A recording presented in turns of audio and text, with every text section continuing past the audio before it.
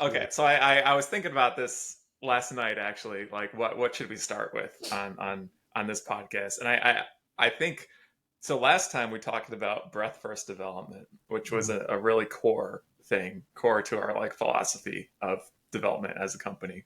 But I think the I think we should just go ahead and hit on the most core thing um, of this whole operation, our I have no whole idea what you're. I have attitudes, no idea what it which is is you're going to bring up. Like, what is the most important thing? I well, really there's have no there's two idea. parts to it. It is what would a tutor do? That's part one. Part two, if their life depended on it. Because there's so many things, so many confusions in education come from like just not behaving as though you were like actually a tutor sitting next to the kid whose life depended on the kid learning the material. It's like that. This is like the first principle from which everything else follows, assuming Yeah. you have a realistic view, like you know what it means to be a tutor, you know what it means to be held accountable. Like you've been in Right. that situation before, you know what you're gonna do. um so I think we should just like really uh hammer in like what does that mean, because we all you mentioned that in the past in the last podcast, what would a tutor do? And I think we really need to hammer in, this is not just a something that like you just thought off the top of your head last podcast. This is a question that we ask ourselves every week, if not every couple of days, and really dig in to what it means in this situation or that situation. Yeah. Yeah. It'd be interesting. We should. We might want to try and dig into the history of this because I don't really Yeah. remember, but I do. I do know. I do remember a number of times when we were trying to figure out what the system should do in some circumstance. Hmm. And I remember I would say to you, all right, well, what would a tutor do? What would you do? Yeah. Because, Right. you know, Right. you, Because we were like we started like implementing all this stuff in the system, and like pretty soon, like as everything goes when you're implementing software, right? It's like you get into these edge cases right. that you just would never have, like you don't think you've ever encountered that in reality, or at least you can't remember at the time. So you have to think like, wait, what? This is not a muscle reflex, Mhm. and you have to just like actually think, like Right. instead of thinking fast, think slow from the principle, what would a tutor do? And then that's how you kind of figure out what to do in that situation, in that edge case. Yeah. Because we would start, I mean, obviously a lot of it had to do with some of it was designed with the UI, but a lot of it was has to do with what our task processor would do in terms of what tasks to assign and how much Yeah. credit to give for certain things and just scheduling things and prioritizing and we'd be sitting there thinking about like, well, should I do this or should I do that? And then I'd end up going, okay, well, what would you do if you were sitting there with a kid and you're tutoring? And what would you do? I mean, you have logged thousands of hours tutoring students. I mean, you high school and college, you tutored independently, but you also worked at a mathnasium for many, many years Yeah. for younger Yeah. kids, That's right. and you had tutored older students, and I don't know, high school, maybe I don't know, maybe college, whatever. You would really spend a lot of time tutoring. And so when I would pose it to you in that way, you'd be like, yeah, well, I wouldn't do that, or I would do this. I'm like, Yeah. okay, well, then obviously that's what we should do, right? Because you know what you're doing and you are highly incentivized to do the right thing in that situation. I mean, okay, so let's get in this example. Family hires you. Can you help our son out with his algebra 2? Okay, just an example. And you'd go and you're working with them, kid is struggling or whatever. You make some adjustments. You're like, okay, if the student does not make progress, cannot learn how to factor a quadratic or something, then this engagement is going to end. The, they're going to give you a few weeks. They're like, okay, our son is not doing any better in school. The teacher is still struggling. He's frustrated. We need to find someone else. Yeah. You You're out of a job. you're out of a job. You need this to pay. You supported yourself actually for a while when you first moved out to California. Yeah. This was your income. This wasn't just like, well, hey, I tutor, in my spare time in high school and college to get some pizza money or something. This is like, it's just like, I need this to work. So Yeah. I need to achieve results. The student needs to be successful. And so I'm going to do whatever I can to make this student successful in this situation. Um, okay. So Yeah, you are quit my tech job. I was like just full on tutoring. That's all eggs in that basket. Yeah. right. Cause you were in college, you worked for several years as a machine learning practitioner, right? For like a data analytics Yeah. company. Yeah, data scientist for a couple of years. Yeah. And then you decided you were going to move to California. That's a whole nother story. Yep. And you're like, well, I don't really have anything lined up. And so the first thing you can do is like, well, I can just tutor, right? I mean, you can. Yeah, well, it was actually like a conscious decision to just like that's what I wanted to do, just tutor. Like that's it was less like I didn't have anything lined up, and I was like, okay, might as well tutor. It was like I I need to find my fit, my career fit in life, Mhm. and I felt like I was kind of like hitting a wall in data science, like where it's just it was like I learned a lot. It was fun, but I like the kinds of stuff that I was working on, like the kinds of analytics projects, and like it just it was like a small regional banks and like digital news companies. It's like it just wasn't something that like spoke to me. Yeah. And whereas tutoring was something like I felt like it was just like really aligned with my interests, and so I was like, well, I'm just gonna like go pursue this and just take on all the opportunities I can get in a big city, and then just see what happens. Well, So I mean, that's a whole nother lesson too, yeah, is that in life, if you're not, if your life is not an A, it's a B, B minus or whatever. You're like, it's fine. It's okay. It's good. I'm yeah, making money. Well, if you really want your life to be an A, you're like, I want my life to be awesome. And even if you don't have an absolute specific plan, get closer to doing the thing that makes you happy or that you feel yeah, aligned or whatever what terminology you want to use. Like this is the thing that I like, I enjoy doing. So which in tutoring, teaching, that kind of was closer to, I mean, you love math, you love machine learning, but the teaching yeah. aspect is Yeah, what. exactly. That was the thing that I just really didn't want to give up was like the teaching aspect. It was like I kind of just always figured that like okay in high school it was like a temporary thing like working at mathnasium like 20 hours a week. Then I Right. kept doing that during college too, Right. and like even when I was like working 40 hours a week in data science, like afterwards after work I'd be at mathnasium on the weekends. I'd be at mathnasium. I just like I didn't want to stop it. And this was like on top of like classes and everything. I had so much work to do, and any reasonable person would be like, dude, just like drop the mathnasium job. Just like, why are you They doing this couldn't to have been yourself? paying nearly as well as the data Oh science. no, not at all. It was like it might as well have been like charity work, but it was Right. like I just I loved it so much. So yeah, so I figured that like if I have this amount of like motivation towards it, that I just cannot rip myself away from it. Um, and there's no rational reason why I should have kept on doing it. But it's like, well, then go in that direction because like clearly I have some serious rocket fuel there that Right. Well, will that take me somewhere.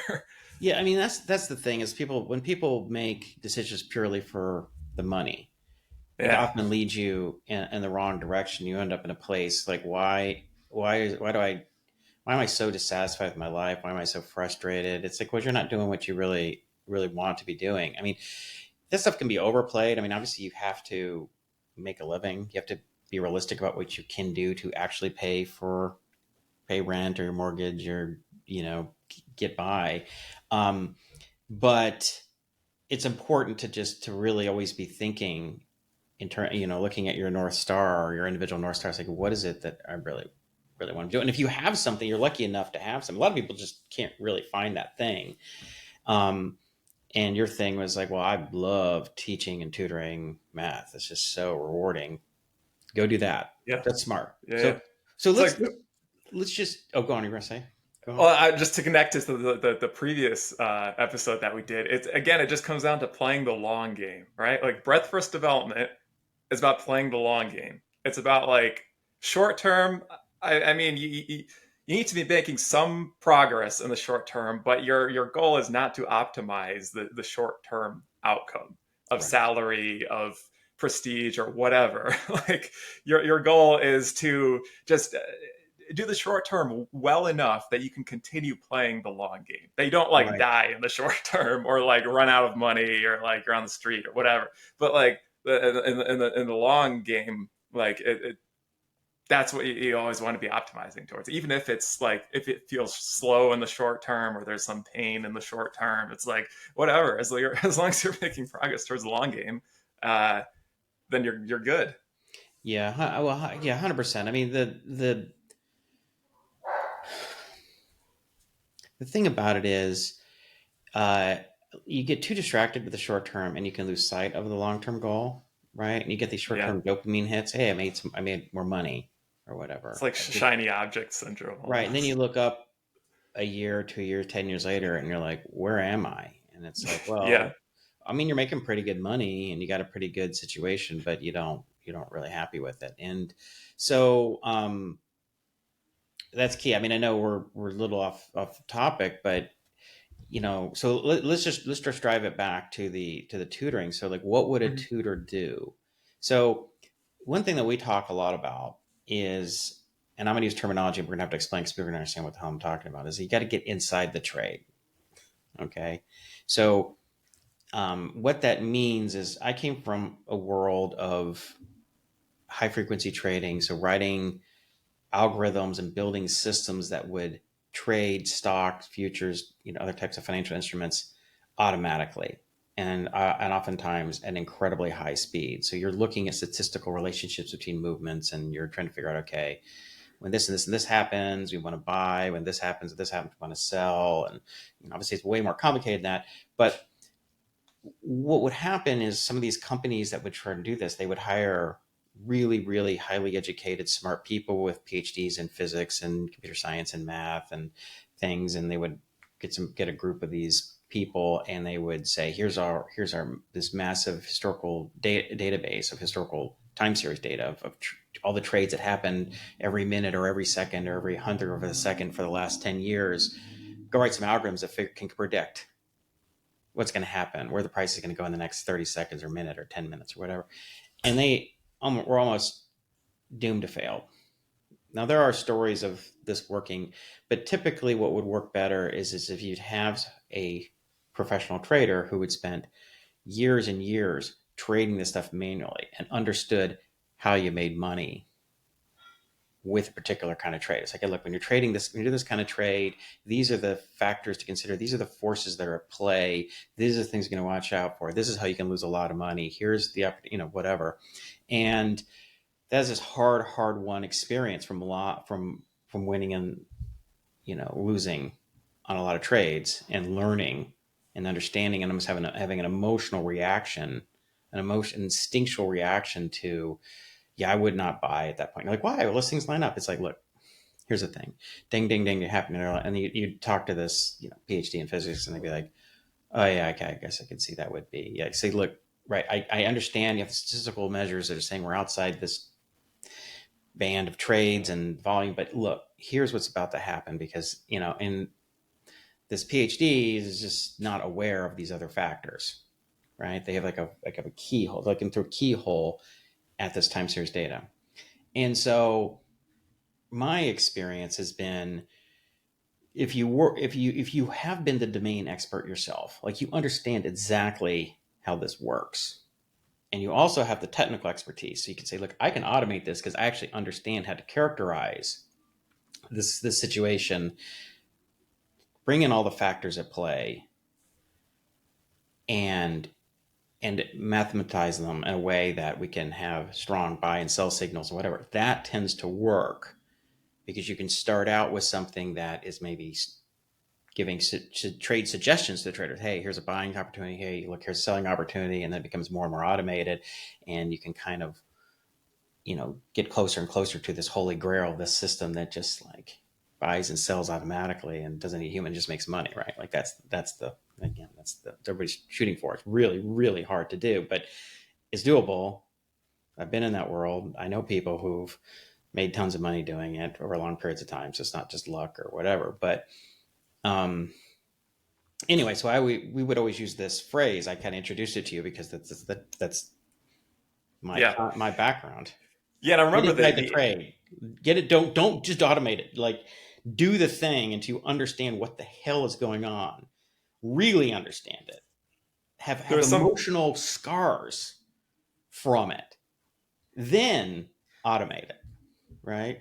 And that's the yeah. same thing with you as being a tutor. You had spent years and years and years tutoring all different levels. So I could say, well, would this work? Would that work? You're like, no, that wouldn't work at all. I'm like, all right, well, then we don't want to do that, right? Yeah.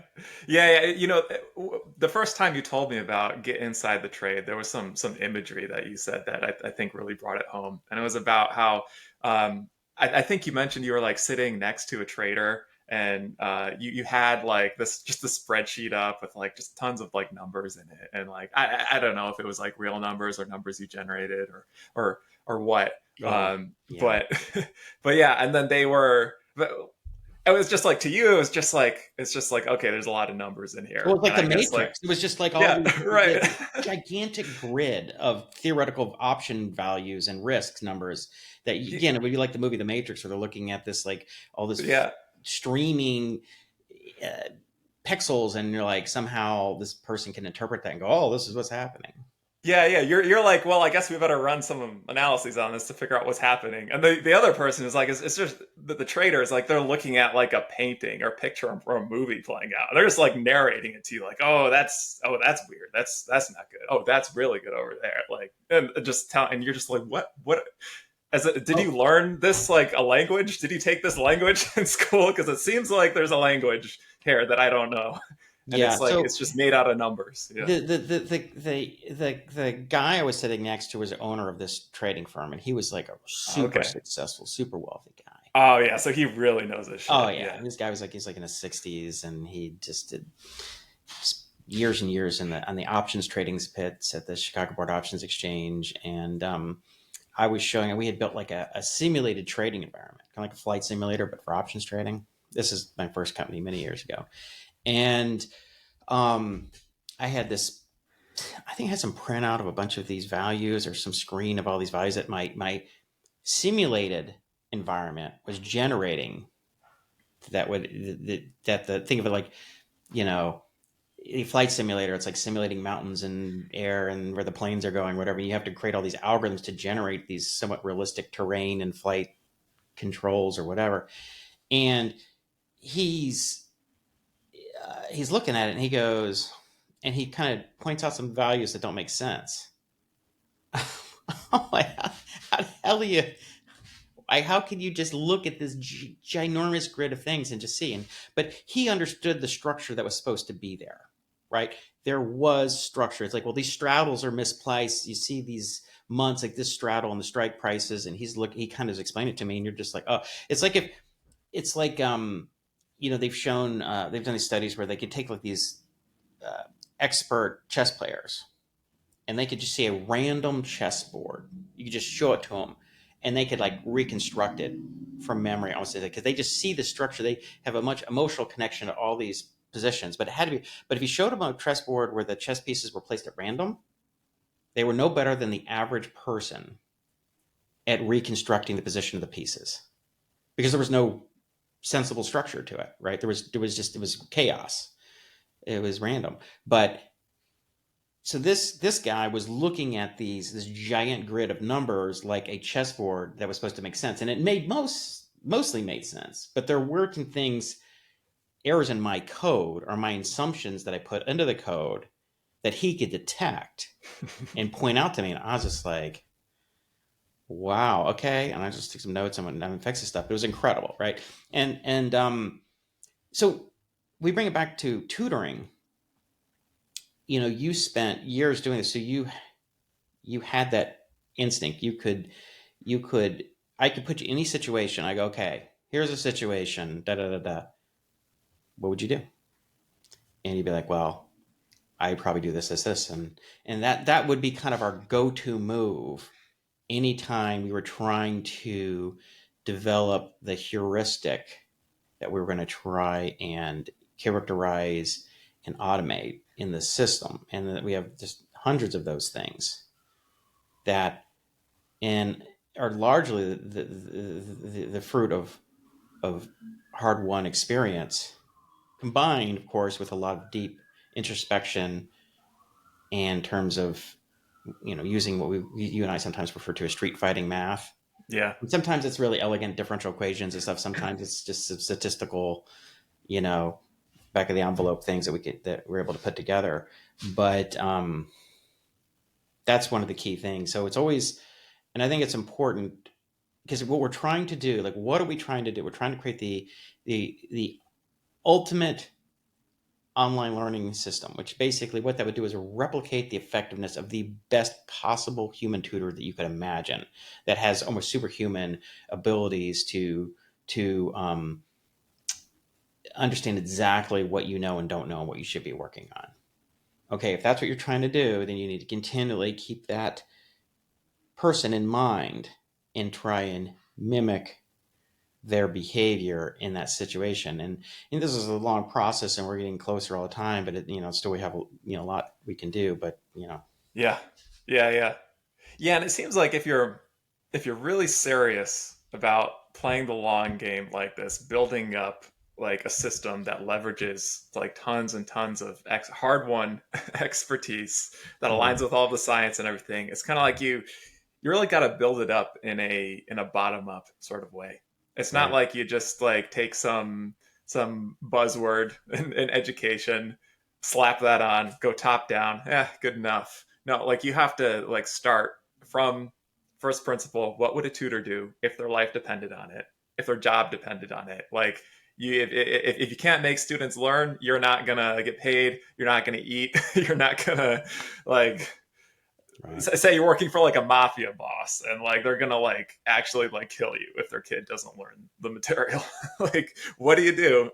Yeah, it really forces you to yeah, start at those core tenets, those core intuitions, and build upwards from there.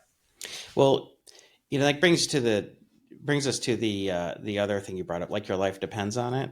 Hmm. So that was an idea, a silly little, what would you call, like a thought experiment or something Yeah. that I came up with. And so the way this started was when I first started teaching the Proto Math Academy class in the Pasadena Unified School District, when these kids were in fourth and fifth grade, or like fifth grade. It was a pull out advanced enrichment math class 3 days a week for a bunch of fifth graders. And I was trying to teach them algebra. I'd already taught them a bunch of pre-algebra the previous year as part of a math team thing. And so I was really pushing the envelope. Like, can you teach algebra to fifth graders? I mean, a lot of people thought that sounded crazy. And then, of course, I went beyond that to trigonometry and other more advanced things. But I used to play this game with myself. I said, okay, if I would imagine myself as if I were the tutor for this bloodthirsty king for his kids. And he was this very erudite guy. And he really cared a lot about the education for his kids. And he had already executed the previous two tutors. He cared a lot You're about it. number three. Yeah. Like I said, like your life depends on, right? So I was like, okay, imagine you're in that situation. You're the new tutor, and you have these two kids that say they come in, and there's a decent chance that he might after the session's done, he'd be like, "Come here, what'd you learn today?" And then they say, "Oh, we learned about that," and he's like, and then he starts to quiz them on this thing that they said they learned. And if he was unimpressed, it would not take long before he would decide that you are not doing your job, and he was going to have your head taken off. Okay, so if you're in that situation, how would you teach? You're like, oh my God, okay, so I'm teaching them how to solve linear equations or something. You're like, okay, am I going to just talk at them for an hour? No, with no practice, they'll totally, because if he asks them to solve some linear equations and they can't solve it, I'm dead. So I'm like, okay, here's what I'm gonna do. Here's what a linear equation is. This is what it represents. Here's how you solve it. Now I'll go through a couple examples. Then I'm going to have you guys do a couple of examples.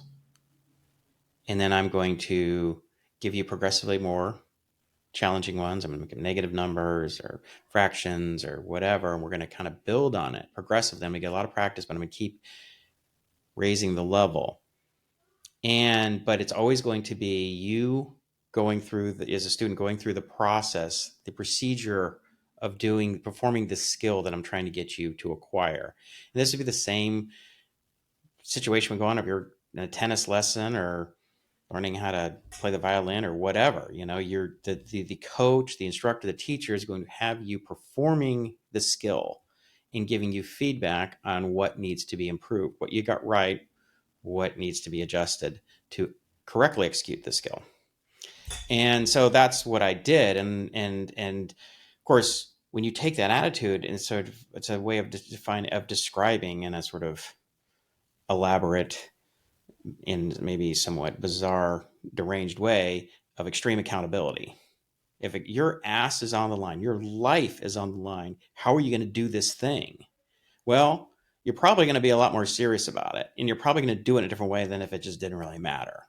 There's no accountability. I'm just going to talk for an hour, because it's fun to talk and and then I'll just give them homework. They can do it home.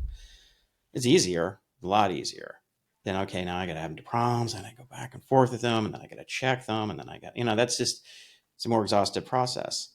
But as we know, when you hire a tennis or golf coach or music teacher, whatever, they're going to do this thing because they know that if they just sit there and talked at you and just demonstrated stuff and you didn't practice, like feedback, this is not going to work, right? The version one is the expert just demonstrates the thing over and over and over and talks about it, and the student needs any practice on it. That's a fail, because you don't really learn by watching somebody else. You become familiar with something, but you don't learn it until you actually start performing it. Or two, I'm not going to tell them how to do it. I'm going to just say, go and do this stuff. I don't want to give them feedback, and they're just flopping around.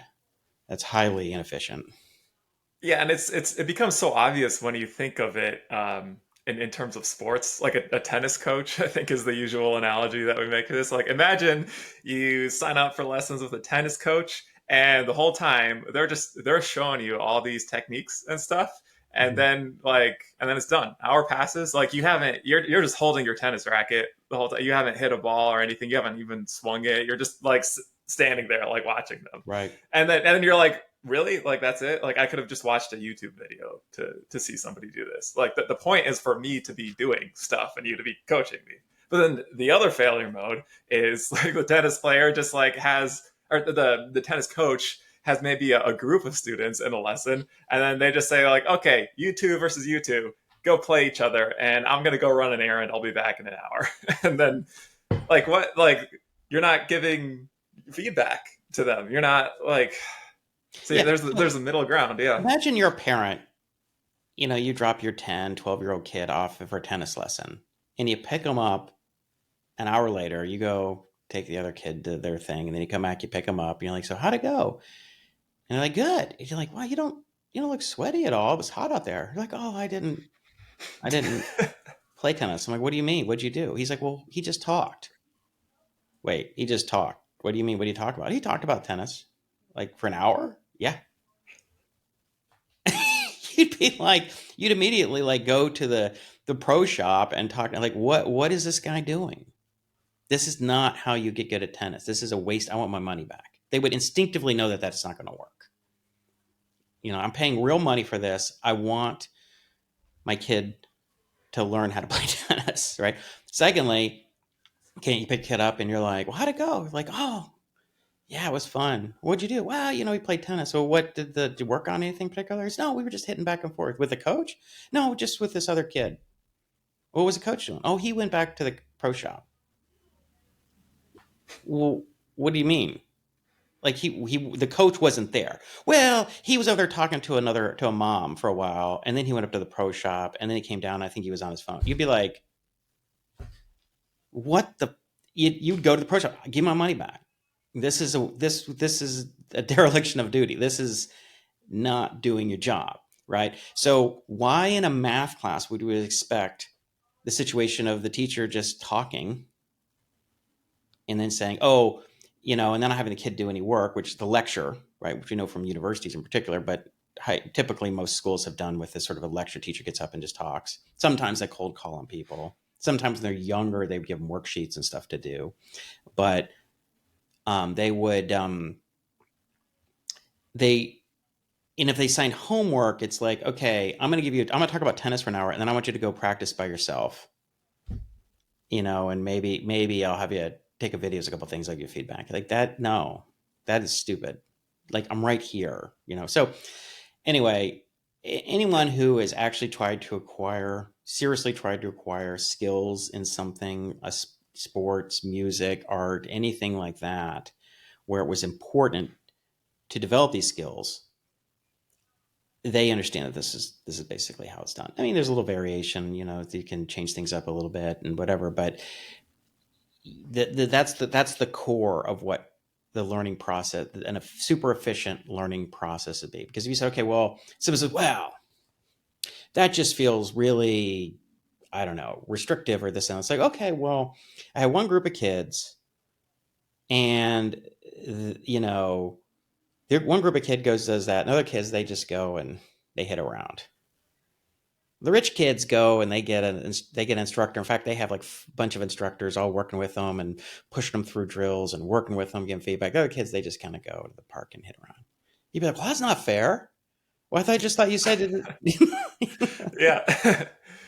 Yeah, exactly. Yeah, you put those two scenarios side by side and have people choose. They'll always choose the one that involves like guided instruction with rapid feedback cycles of explicit, direct instruction on what the student is supposed to be doing, what's the proper technique, followed immediately after the minimum effective dose of explicit instruction, where the student is actually going and hitting the ball, going through their reps, getting really solid on the skill. They do that on some more skills.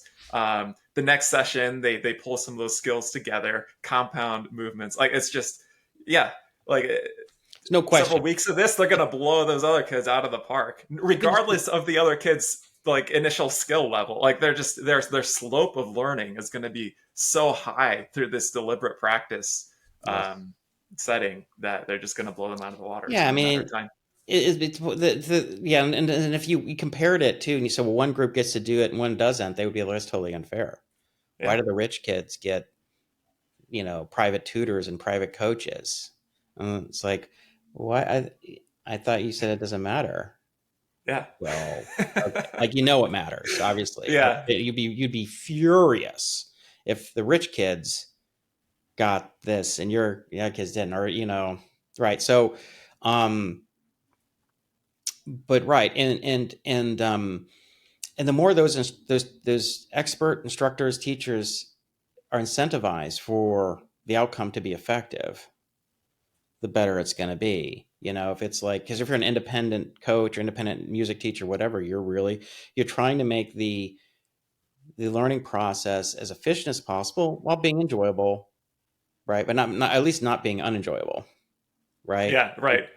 Enjoyment is a second order optimization. It's first is a performance improvement. Like get that right, and then just like without lowering your rate of improvement of progress, just try to make it as enjoyable as possible. And Yeah. why and why that is such a great model too is because when a parent is spending their own money, or an adult if they were doing it themselves, you're paying for guitar lessons or something, like that money matters, right? Like the Mhm. accountability, if it's not working, it's one lesson or two of just, you're gonna be like, this is bullshit. The guy's not doing anything. He's just sitting there on his phone or something, right? Yeah. But if you sign him up for a summer camp or summer class, and it's kind of like, well, it's not that expensive, and it's just one of a few things they're doing, and we got to get them out of the house, otherwise you're sitting watching TV all day or whatever, and so you're you're less Yeah. sensitive to the seriousness of it because you're not putting that much money on it, right? Right. Like, is it like an activity that the kid's doing, or is it like actually training to acquire skills that you're paying for? Are you paying for somebody to keep the kids occupied, or are you paying for the kids to get skills? Yeah, it's like Totally one of separate thing. three. It's like one of three or five class. Oh, we're doing canoeing and archery, Yeah. and we're doing some crafts, we're doing tennis. You're like, it sounds great. Like Yeah. I'm Do not you, do expecting you, like, do you have fun, honey? Like when they come through yeah, the door, that's all that matters. If you had a good day, I had a good day. I'm sure Like, you learned a few things. I'm not paying for you yeah. to become a tennis star or an equestrian when you did some horseback riding lessons. It's just all about exposure and enrichment, and sounds great. And also you're out of my hair, so I could actually go to work. So good. Yeah. I'm glad everybody's happy. Um, but and in situations like that, you can have coaches and instructors who are not so serious because that doesn't matter, right? I have like 20 kids out here. We're doing archery, and I kind of show them stuff, and they're kind of, they're getting a little better, and it's just accountability is not high. Or tennis, the tennis instructors. I got a bunch of kids. They run around. Okay, I kind of put them in groups and kind of hit, and I kind of show them a little stuff, and that's that's good enough. But yeah. So anyway, it's all extreme accountability is really important if in terms of like understanding what would I do in that situation, because that means you're focused on a result, and the result when we talk about is a combination of two things. It's getting better at the thing, but also not making it so painful that the kid or the adult doesn't want to do it anymore. It's like, oh well, you hire a trainer, and the guy is just like a maniac, and you're like, oh man, I mean, look, I'm getting in better shape, but this is too painful. I mean, the guy's like an ex SEAL or something. He's just crazy. I can't. It's still too much for me or whatever. That's fine. So, but you're not going to find a lot of trainers like that because it's not good business, Yeah. right? If you hire a trainer to get you in shape, the trainer's thinking, okay, well, I need to keep you consistent, making progress, showing you that you're making progress and closer to the goals, and make it so that it's not so painful you don't want to come back tomorrow or next week, right? Now, if either of those things are false, if it's too painful, it's a fail. They're gonna stop coming after a week or two or three, or depending on how much pain they're willing to take, or how much suffering they're willing to endure, or how stubborn they are. But eventually, be like, or two, if there's like, man, I've been working out with this guy for like 3 months, and I think I've lost a pound, and I actually now I have like tendonitis and stuff. Like this is not moving things in the right direction. For I don't know why. I need to find somewhere I can get some results because this guy's a lot of money, it's a lot of time, whatever. And even if it's fun, he's like, I don't know, he's like funny guy, all these crazy seal stories from his time at the SEALs. And be like, oh, you getting any stronger? I don't know. No, do you So it's lose like weight? No. Okay, well, it's like an optimization problem. Maximize progress subject to the constraint that the pain is less than the quitting threshold. yes. And you just run that over and over. And the quitting threshold, like that can vary over time too. Once you start seeing progress, you're much more willing to endure some pain for even more progress improvement. Yeah. Um, it's Yeah, like the Bloom's 100%. Yeah, stages of it's like talent development: stage one, stage two. right. I mean, this is Bloom's Two Sigma. That's maybe another discussion go into, but the key is, okay, I want to say that. I should say something. It's like I feel like we've been focused more on the primary Mhm. goal, which is efficient, effective learning, and in part of making that successful is that the students can learn at a good rate and be successful learning, right? So that makes Yeah. you feel good. Okay, I'm acquiring the skill. I learned this thing I didn't know how to do, and I did it again and again. It's like, okay, well, this works. Even for a kid, they're like, okay, well, that works. Um, what we do need to work on is making it a little more enjoyable. We can make it. We've reduced on making it not painful, but that doesn't mean that there isn't room to make it more engaging, more fun. And Right. we almost purposefully ignored that because that's kind of the easy part. You Yeah. know, Yeah. Yeah. there's a Well, lot you can it's the do. part that's like if you start out with that doesn't work. Like you can't have that and not have performance improvement. You can have performance improvement and not really have so much enjoyment. And it's like it's a real thing. People will benefit from it. but you're gonna increase your surface area and make people have a better time if you focus on the enjoyment part after. But the enjoyment part is like the icing on the cake there. And 100%. Yeah. And so we've kind yeah, of, yeah, I know we're kind of hardcore, right? It's like you kind of complete a hardcore, and it's almost funny how hardcore it's like a little ridiculous. I mean, yeah. I remember, I got an email from a friend of mine, Jeff, and he's like, this is like a couple years ago. Jason, you made my daughter cry. I'm like, what? It's like she got like negative XP on something. Yeah, And I was like, yeah, we got to work on, there's some things we can do. I mean, yeah, not that negative XP needs to be a thing. It needs to be a thing, but there needs to be probably warnings about it. That, hey, be careful. You can get negative penalty if you keep guessing or you're rushing, or you fail too many lessons in a row or something like that. And we make more positive feedback. And there's things we can do to make it a little more engaging, a little more fun, a little more game yeah. like, that won't take away from learning at all. It'll just, it's like, let's put a little sugar on the medicine, Why don't we talk about some of those specific things? Because we've got a lot of ideas on that front, and Mhm. I mean that's one actually a common question that we get Mhm. on Twitter X is kind of like how like do you think you can make the experience like more enjoyable for learners without like becoming like one of those edutainment companies? Like Yeah, what? because How do we thread the that's the needle? risk, right? You, Yeah, you optimize too much for the fun, and then you taught the students that things are fun and they don't necessarily, and they can't really be hard, right? It's sort of like one of the rules for being an effective teacher is, and it's just sort of, it's kind of a joke, but say don't smile until Christmas break. I mean, like, you got to be all business. If you come in, you're like, "Hey, we're all friends." Kids don't take you seriously. They're not. It's a battle all year long to keep them focused, listening, not talking, not interrupt. Whatever, doing all misbehaving, taking their homework seriously. Whatever. And you can't go from being this lax teacher that the kids don't respect, because that's what happened. The teachers, sometimes the kids will, like, oh, they're nice, but they also don't respect teachers like that. They don't realize, they think we're all just friends, that they know they're not really learning, and they know you're not a good teacher. um you can't say, all right, now I'm serious. I come back from Christmas break, like maybe the principal came down and said, look, I mean, I'm looking at these tests, this stuff doesn't look good, you gotta bang bang. And then the teacher's like, okay, you're like a teacher, you go up and you're like, decide you're going to be a hard ass or something. yeah.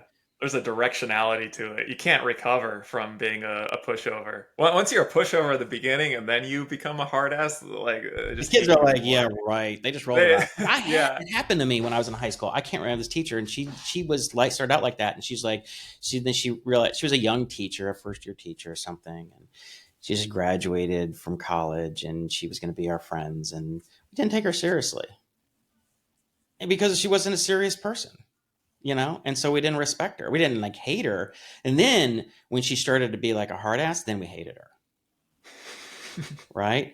And she was one of our yeah, biology. There were two biology teachers. The other biology teacher, who was older, she was all business. There's no messing around with Susan Radford was her name. She was all business, and you're like, pay attention. You did what you're supposed to do, and she would lighten up a little as the year go on. Occasionally, she'd smile a little bit and be like, I mean, I wouldn't say she was mean, but she was. You did not mess with her, and then she could lighten up when she needed to, and then you loved her, hmm right? Because the most important thing for a teacher is not that they love you, is that they respect you and they do what they're supposed to do and they take their work seriously.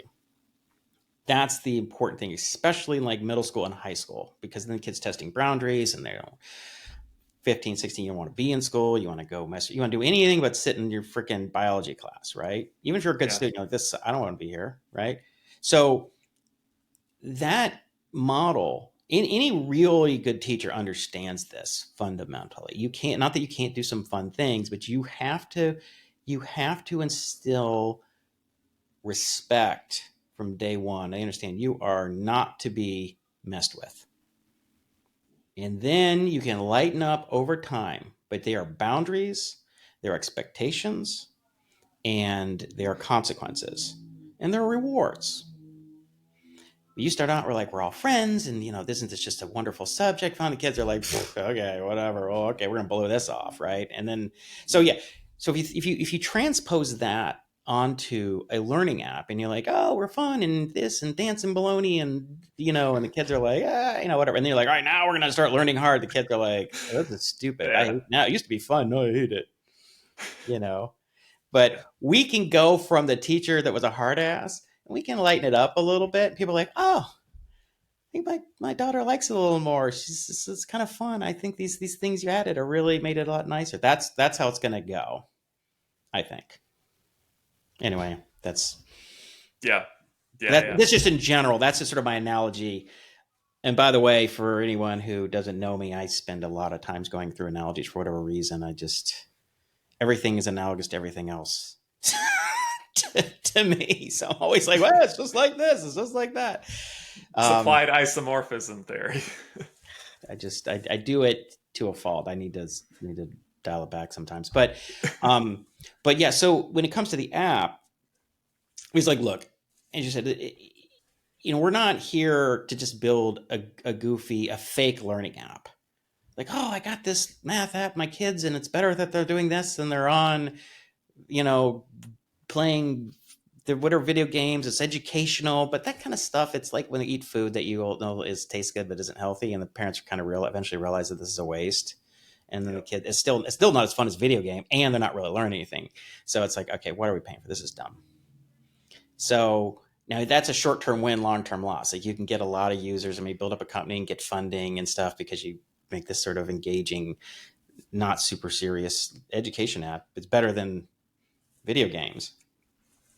But you said earlier, we're playing the long game, which is be really, really serious about the educational outcome. And by doing that, and be focusing most of our efforts, or practically 99% of our efforts on that, and not on making it as engaging, as fun as it could be, means we're a little harsh, a little stark. There's a lot we can do, but that's the easy stuff. I think Yeah. like, it's kind of Yeah. fun. Yeah. That's the Yeah. fun stuff. It is actually kind of fun. It seems like the first order improvement on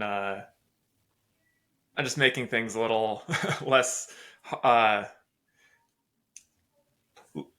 less hard, It's hardcore, less less harsh. aggressive, less harsh. Yeah, less harsh is really just like adding more communication about like Yeah. what are the rules, what's happening. Like I'm just thinking about the negative XP story, like making the daughter cry. Like we added we added a honeymoon phase, right? I think that was when like you were like, okay, we gotta kind of ramp up these XP penalties over time. Right. Like You can come start out of the out guest and get like backhanded in the first week, and people are yeah, like, yeah, people yeah. cry. You can have some success first, and parents like, oh, my daughter's actually really learning, and then it's a month later or 2 months later that they get negative XP, and they're like, and everybody going, where this app is terrible. My daughter kind of Yeah. upset. It's like, okay, now this thing is really good. Okay, sweetheart, why do you think you got negative XP? Yeah. Oh, it looks like you guessed on all these. And the mom's like, okay, look, I'm going to give the Yeah. little credibility or a little bit of space for this app. It's trying and know it's effective. Now, the question is, of course, can we still have it be as effective by just even minimizing that? Even can we Well, thread the see, needle even more? I think the before we worry about like even toning down like negative penalties even more. I think part of it is like just communicating to people like hey, you're in the honeymoon moon phase. Like you lucked out just getting a 0 on this task. This would have been If you keep worse. this up, this is going to be a -10. Like just telling you now. And we give people like lots and lots of time to kind of get adjusted to this. It's like I think your first 3 negative penalties get capped at just it goes down to 0, and then the next 3 are like at -1, and then the next 3 are at -2. So you got this slow ramp up. But I don't think people realize like just like what they're getting into. Yeah, well, like if you're getting negative XP and it's starting to ramp up, like they need to know like, Yeah, hey, like this is this is bad. Like we are, we are artificially capping your penalties at this point. And Well, the kids especially, like right, like they're not really paying attention that much. Like they're just like click click click click. it's you think about the teacher. It's like I use the analogy of the teacher. So the serious teacher, class is over, you got a C on your test or quiz, and you walk out, and the teacher goes, "Jason," you're like, Yeah. come here, I need to talk to you for a second." You're like, yeah. He's like, you know, I shouldn't give you any credit. I should have gotten you a 0 on this. You're like, I told you to put a circle around all your or whatever. You know, his instructions were, and I just ignored them. Next time you're getting a 0. You're like, okay. Now, if he give me a 0 the first time, I'd be like, really? I mean, I got like most of the questions right. I mean, I got a C or C plus, and I mean, I could have done better. But a 0 because I didn't put a box or a circle around my answers. And he gave us explicit instructions: put a circle or box answer. I'm not going to count it. And he gave me a pass. They warned me next time, and I can't really get mad, right? And that's kind of it. It's like, okay, I'm telling you these are the rules, and I'm going to my expectations. I'm gonna give you a little bit pass first time, but I'm reminding you. So I think that's kind of the analogy is that Yeah. we do that kind of thing. And of course, we can do it a little more. We can make it a little more of a thing. But the other analogy I use, if you'll Yeah, give me let's do the it. Go to the analogy zoo.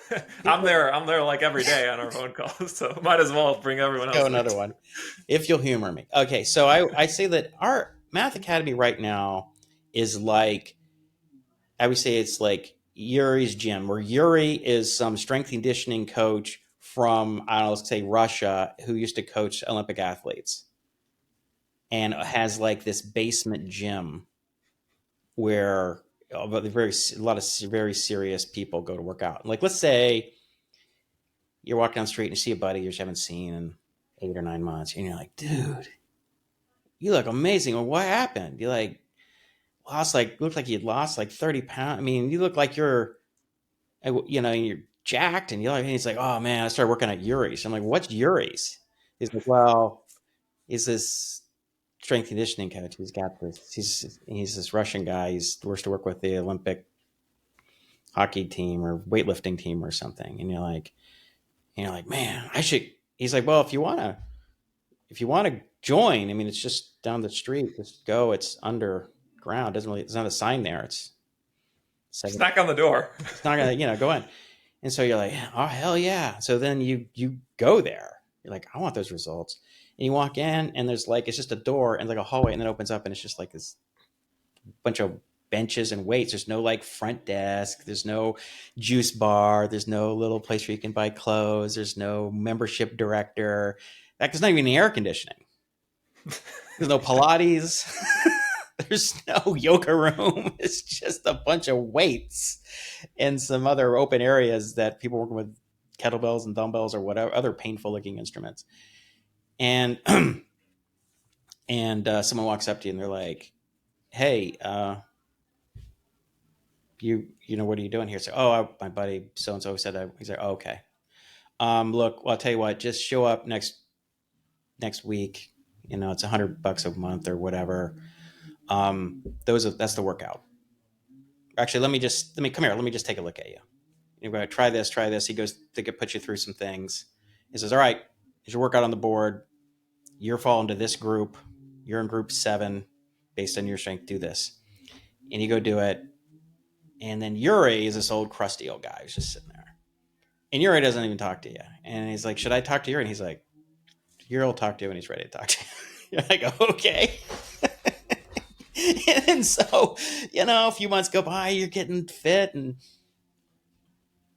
you're like, you're looking for something from Yuri. You're looking for like a good job or keep up the good work, or he doesn't say anything because he doesn't care. He's like, "You have not proven yourself yet." And then you go up on a whole nother level, and finally he comes up and he's like, "Add more weight." And you're like, "Okay." And someone else goes, that's about as good as it gets from Yuri. You're like, okay. But you look at everybody in there, and everyone looks like they're about to audition for a superhero role. Like everybody. men, women, Yeah. everybody looks super fit. You're like, okay. I mean, it works. It's a little harsh. There's no air conditioning in here. There's no heater. There's no front desk, whatever. But they have this custom fit workout protocol or whatever. And, so we're kind of Yuri's right now. We're the basement gym. We're harsher than we need to be, starker than we need to be, but it works. And I think, all things being equal, it's not Yuri probably is like, doesn't have to be like this is all he could afford. And he's just like, I just need to get this gym going. And if he had a business partner say, hey, why don't we get a bigger space? We actually have some air conditioning, and so we can have both. I mean, we can have air conditioning. We can actually have a locker room instead of just Yes. this. None of those things impede performance. This None is of them. not a.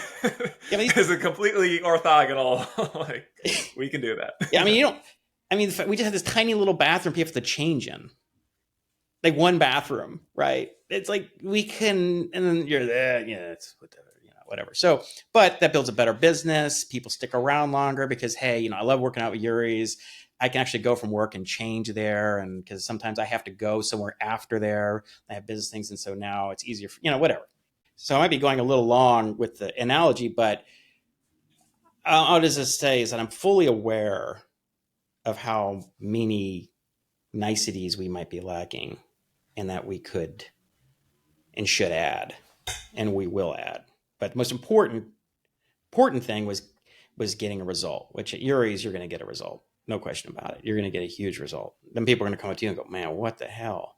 You look like you're going off the Olympic team. A couple weeks ago, I thought you were pre-diabetic. Now look at you. You're like, shit works. Yeah. It works. You just gotta show up and put in a full effort on the workout, and it'll happen. It's pretty much all. That's all you gotta do. So, anyway, So this is one component of the ultimate math platform. mm-hmm. Our vision is the ultimate math platform. What does that entail? Well, that entails maximizing performance improvement, which we have been optimizing up to this point. And it entails making it as enjoyable as possible along that orthogonal axis that doesn't detract from performance improvement. Right. So not the edutainment axis, but the like, let's get air conditioning in this gym. Let's maybe Yuri can say something a little bit more positive every once in a while. Positive to a little bit more motivational. He can say not just add more weight, not just here's the plate, but actually like, good job, look how far you've come. This was you like last month, now you're this far. Like this is what you were doing like when you first joined, you first walked in here. We took a picture of you and this is what you look like. Now look at you. Like all that sort of stuff. So what other axes do you think there are in this ultimate math learning platform? Well, one thing I wanted to say about this, and then but you have to be careful when you make the transition that you don't lose your soul and become corporate, right? Mm-hmm. So if you go to Yuri's and says, man, back in the day, Yuri's was hardcore. Now it's like Yuri's not even here anymore, and it's not what it was, right? So you can't sacrifice or give up the essence, which when things become about the money and you're just trying to make everybody feel good, it can turn into that. So we just have to say, look, we're not about maximizing financial outcome. The money will come if you deliver value for people. It's as simple as that. And since we don't have any outside investors, we can make that choice, that conscious choice to say we're not going to give in to easy shortcuts and things to just make it nice while sacrificing results, quality of the education. So yeah, so you're asking is what else can we do in terms of why don't you lead? What else? Yeah. So another question that we got was just what is the long-term vision beyond even more course development for Math Academy? What's the next leap for Math Academy? What would make it twice as effective? Not just twice as like efficient in terms of performance optimization, but also in terms of like getting people to stick around longer, getting more people to skill up on math. Like what are the big needle movers, you think? Like, I mean, for example, one of them that we've talked about before was like just filling out the rest of an undergrad math degree. Like that's, if this is going to be the ultimate math learning platform, like let's have an undergrad math degree on it, where you can learn like anything you want to learn in college, you can do in our system. Yeah, so I Yeah, would. I mean, obviously, there's a number of things we could do. One would be more of projects integrated. We so not to get, this is a whole nother discussion, but um, the whole project based learning, can be taken to way too far. Projects are built on a foundation of skills. You can't do project without skills and have it be efficient at all. I mean, you can, it's just going to be incredibly inefficient because the students don't really know what they're doing. So you're trying to get them put together a bunch of component skills into this bigger thing. Um, so, one thing that we realized while doing the machine learning course, that we needed serious high quality projects. And I think doing more of those at every mathematical level would be, I'll just run through without getting too deep on any of these. Automaticity training, right? So starting with math facts, multiplication, addition and multiplication tables, things like that. As you get higher up, it'd be like calculating percents or square roots or things in your head really quickly. There's lots of sort of just mental tricks.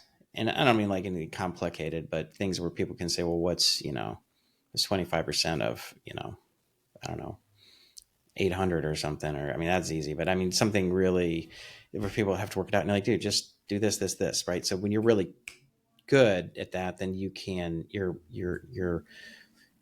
think through mathematical problems faster because you can just kind of do a lot of stuff in your head without even really putting any effort into it, as opposed to like having to stop and do stuff.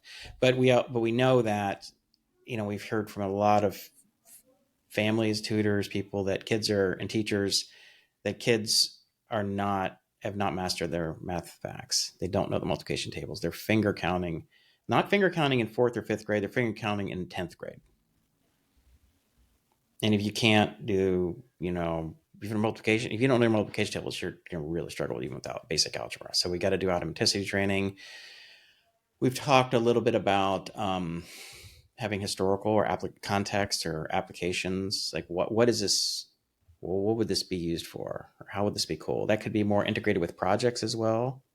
yeah, kind of goes back to the like, if you imagine like the top tier best quality tutor sitting next to you, like in addition to teaching you all the material, they're probably going to be like just adding tidbits that they know you're interested in. Hey, they Yeah, do this. So this is how, oh, cool. And they kind of like yeah, really bring it alive. And sometimes just those historical notes, the applications, like, oh, here's how this is how they traffic control. This is traffic control systems, how they calculate this. And you're like, really? Yeah, well, that's how we know.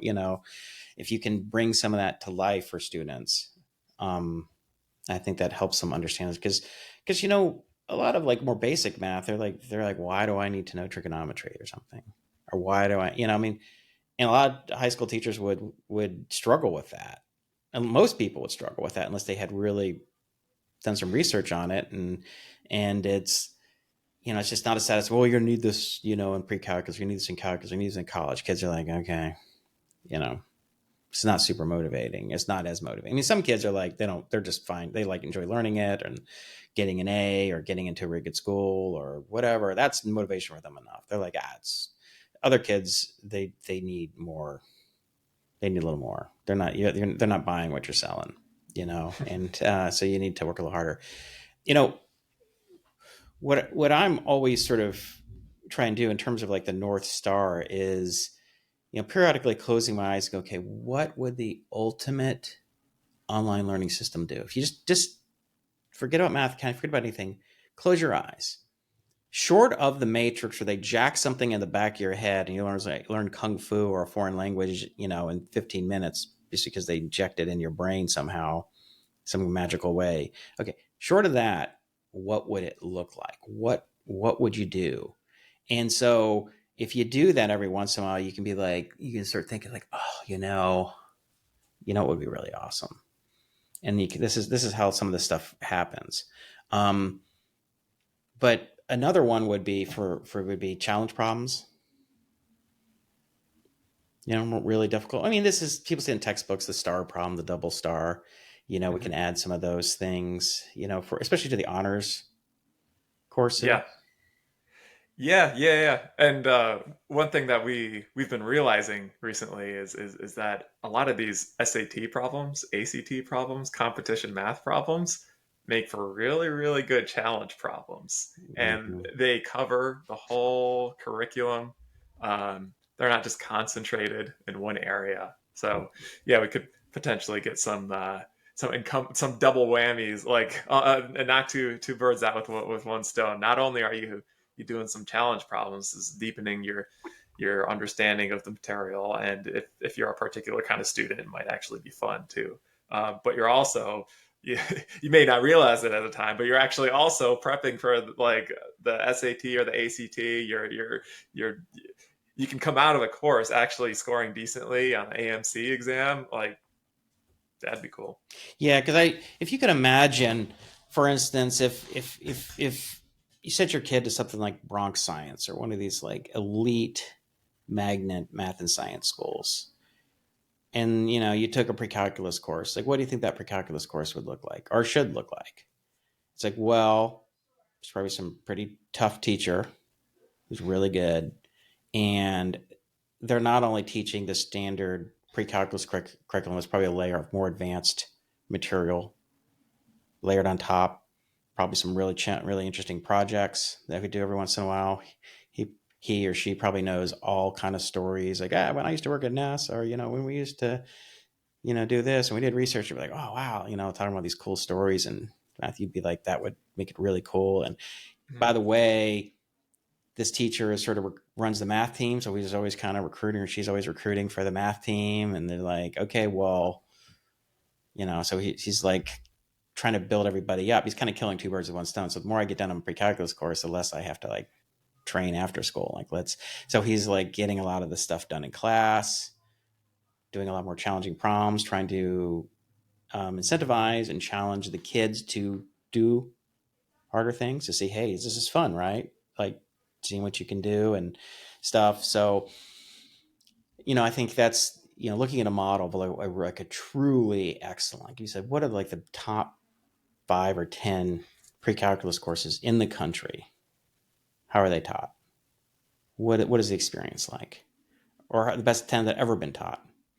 There was a guy in 1975 who worked at such and such high school and whatever, and they would be a finalist or in the national math team 3 or 4.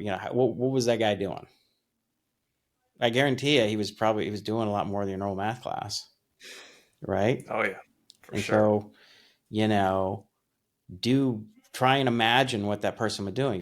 If you're or if there's stories about them, try and read about them. It's like, what were you doing? What were they doing? They they were probably working. The kids were probably working really hard. It was probably known to be a really challenging class, but had high expectations, but challenged them, kept them motivated. All these sorts of things. So that's the kind of stuff that we need to sort of use as inspiration or as models for what we're ultimately doing. I mean, it's easy for us to get caught in the day to day, like, well, we got to get this fixed or that fixed. Like, where are we going? Like, what does this need to be?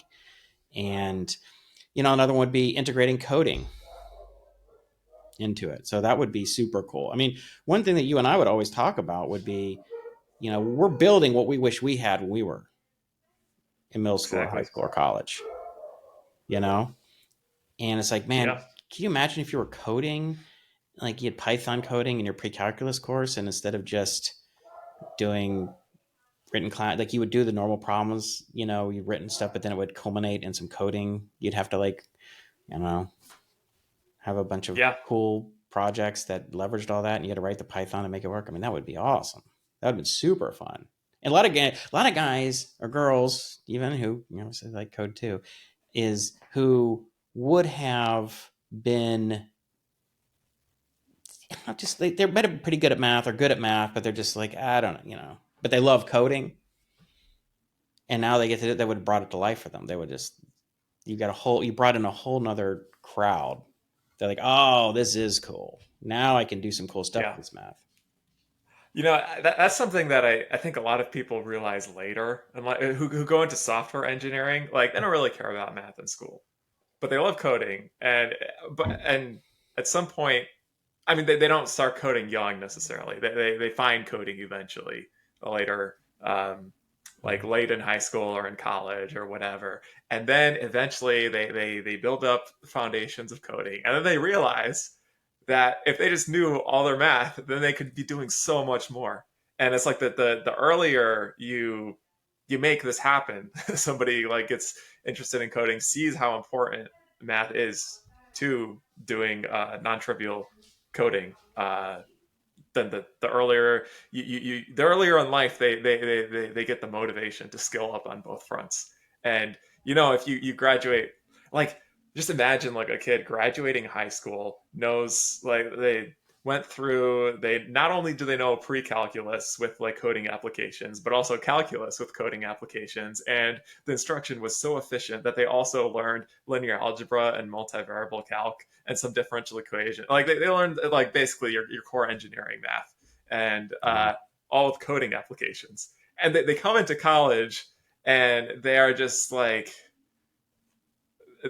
they're just blowing the socks off of anybody who gives them an opportunity to do some research, to do whatever, an internship, like everything. They already get the basics of everything. They're ready to actually make some kind of serious impact, which is like it's so rare to see in like an undergraduate researcher or an intern, right? Like it's always like you can't count on them making like a serious impact. You just like throw them a toy problem or whatever. But like if you can actually make a serious impact at a young age because you have the skills to do so, then you can just compound that into just such a massive compression of time and figuring out what you're interested in and Yeah. everything. Yeah. Yeah. 100%. I mean, sometimes this happens in technology too, is you get a lot of people, coders, who they get interested in certain categories of work that are highly mathematical, and they realize they don't have the math for it. And then they have to go back and clean that up and learn all that later, which we have a lot of customers who fit that. And I guess if they had their preference, like, man, I wish I had done this in high school or college, and then I just knew all this stuff, then I could just do all this stuff. And instead I have to kind of do it now. Um, yeah, get it done. And, but yeah, I think for me, coding too, like for math, like when I write something in code, in a way, I encode it in my brain in a more comprehensive way.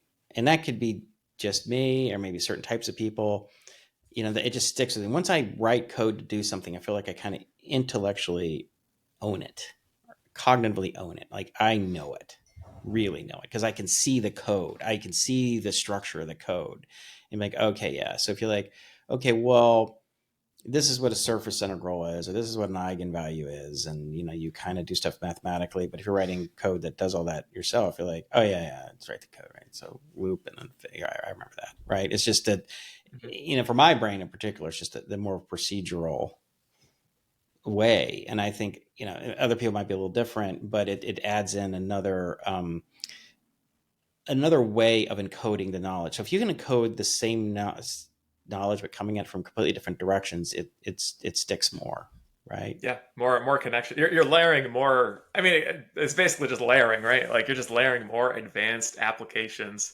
and more advanced content, whatever, more advanced anything that requires this knowledge as a component skill is going to get more deeply ingrained. You're going to develop a kind of structural integrity. If there's Yeah. any sort of weaknesses in the component skill, and you keep layering on top of it, they're going to get exposed. And you're going to see that you struggle with some element of coding it up because you have a weakness in the component skill, and that forces you to really make it more robust. And then, Right. yeah. Yeah, absolutely. So I don't know. Was there anything else that we've talked about that I didn't mention in terms of the types of things that we want to add to the system that we haven't added that are more about not features, but just more adding elements that would improve the overall learning experience? Um, well, okay. I think one part that you and I have talked about, but we haven't mentioned yet on the podcast is that the idea of goal setting. Oh, Like, why are you coming? What do you want to get out of using the system? right, And also showing progress towards that goal. I mean, there's progress in completing courses and stuff, but there's also progress of like when somebody signs up for the system, what is their North Star? What do they want? Sometimes they don't even know what they want. Like that's right, part of the challenge. Like help me help you, help me understand like what you want right. so I can help you get there, and we can show to you that you're getting there in a reasonable time frame, and you can look back also. Goal setting is kind of the forward idea here, but there's also a backward idea, which is like looking at progress. So you come like 25% of the way to your goal or whatever, and you look back at probably like the types of math or where you were, what course you placed into, whatever. There's like various ways of measuring problems that you got wrong in your initial diagnostic. And then you look back 3 months later and you're like, wow, like I know how to all that stuff. I struggled with that stuff. Really? That was so. This was something back when we were developing the Eurisco sequence, the super advanced math and computer science sequence Hmm. that we made within the our original Math Academy school program, where the kids were like doing all this machine learning, reproducing the Blondie 24 research program in high school. Like that was a lot of intense work. And one thing that I remember you and I would talk about sometimes is that like the kids they don't really appreciate like just how far they were coming. Like they would, it's like almost they would show up like day after day, week Hmm. after week, and be like, "Oh, Justin's gonna make me like implement Do something really hard. another Yeah. really hard thing," and then like so they go initially linear regression is this really hard thing, just like fitting a line to a data set because they've never done this before, right? Like what's a loss function? What's what do you mean like have the model ingest the data? There's like lingo and like just the frame of what's the game that we're playing here, fitting a model to a data, and then it increases. They're like, okay, linear regression, like we move on to logistic regression. Like we're just layering more stuff. Eventually they're doing backprop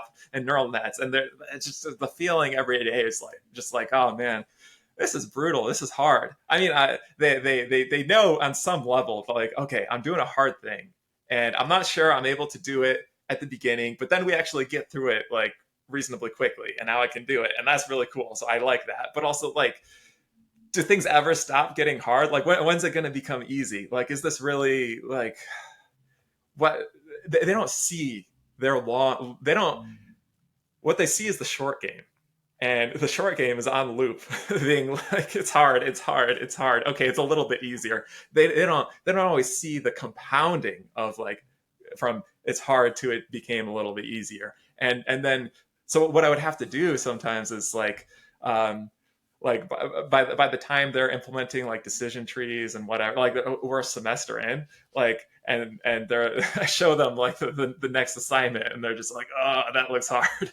And then Yeah. I show them like, do you remember like back when we did like logistic regression, linear regression, like breadth first search in a graph, and you had that same reaction right there. What's your reaction to this now? And they're like, oh no, I could like that's a component of this. I could code that up in like 10 minutes. Like, what's the big deal? I'm like, no. Remember, you were saying just like 3 or 4 months ago that you were groaning in the same exact way, and I guarantee you, 3 or 4 months from now, this back propagation, this Dijkstra's algorithm, whatever, you're gonna have the same reaction. It's gonna be like it's gonna be muscle memory. You're gonna have new superpowers, and you're not gonna realize that you have them until I So, show them to you. so when I was teaching the Math Academy courses at the in the middle school back early days, and I had the initial group of the initial guinea pig group who were eighth graders, and I had like the seventh graders. And they were doing pre-calculus. Eighth graders were doing BC calculus, and I had this one student, and Clara, and she was just stellar student. Um, and funny thing was that she was not only like the best math student, she was also captain of the cheerleading team. So it was just like a it's like two of the top kids in there were two cheerleaders, which was just so funny. And um, they'd wear their cheerleading outfit on Fridays because they had practice. You know what I mean? And they're just like lapping people. Anyway, so Clara would always get frustrated when I'd introduce a topic. I'd be like, okay, we're doing completing the square or something or whatever it was, right? And she'd be like, and the thing with Clara is when Clara's unhappy, we're all unhappy because Clara had this really big personality, right? Mhm. And so when Clara's like, and I'm like, Clara, what's wrong? And she's like, I'm confused. And I'm like, yeah, well, I'm just explaining it. You understand. She's just like, much confused. I'm like, Claire, have I ever taught you something that you didn't ultimately learn and find easy? She's like, no. And I'm like, well, then let's just take it down a notch. Just relax. Trust me, I'm going to get you through this. Okay. This is going to be, you are not going to be confused for very long, right? Jesus, fine, whatever. But it was one of these things. It was like every time she just frustrated, and but it's like I had to remind her, just look at what we've done, right?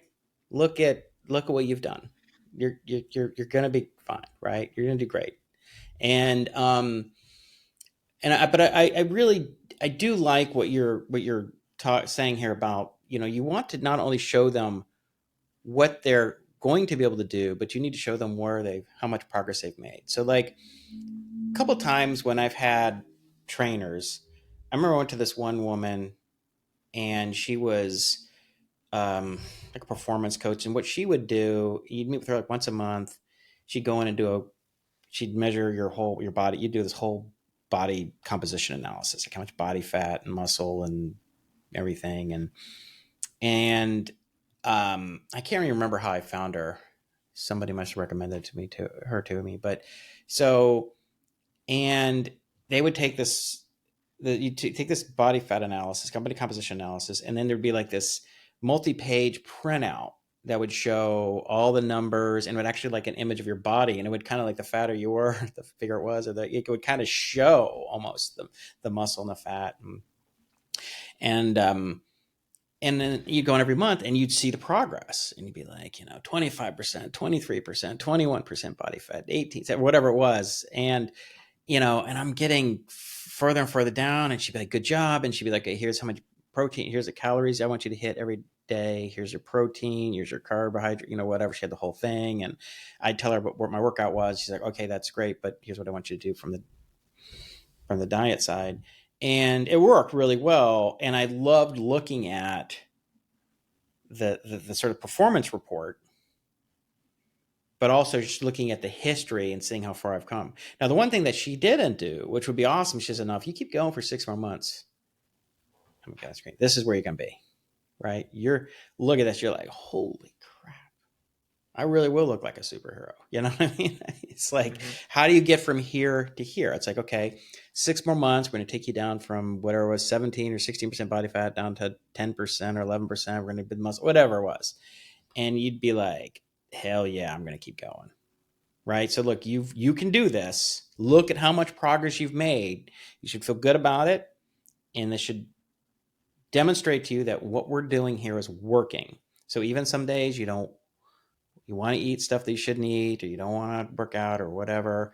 Just remember it works. And this is the result. This is what you've got to enjoy from that. Now look the next step. And I think that's definitely what we want to build into the system. We want more of a, not just a snapshot, but look how far you've come, but then also where you could go if you just keep it up.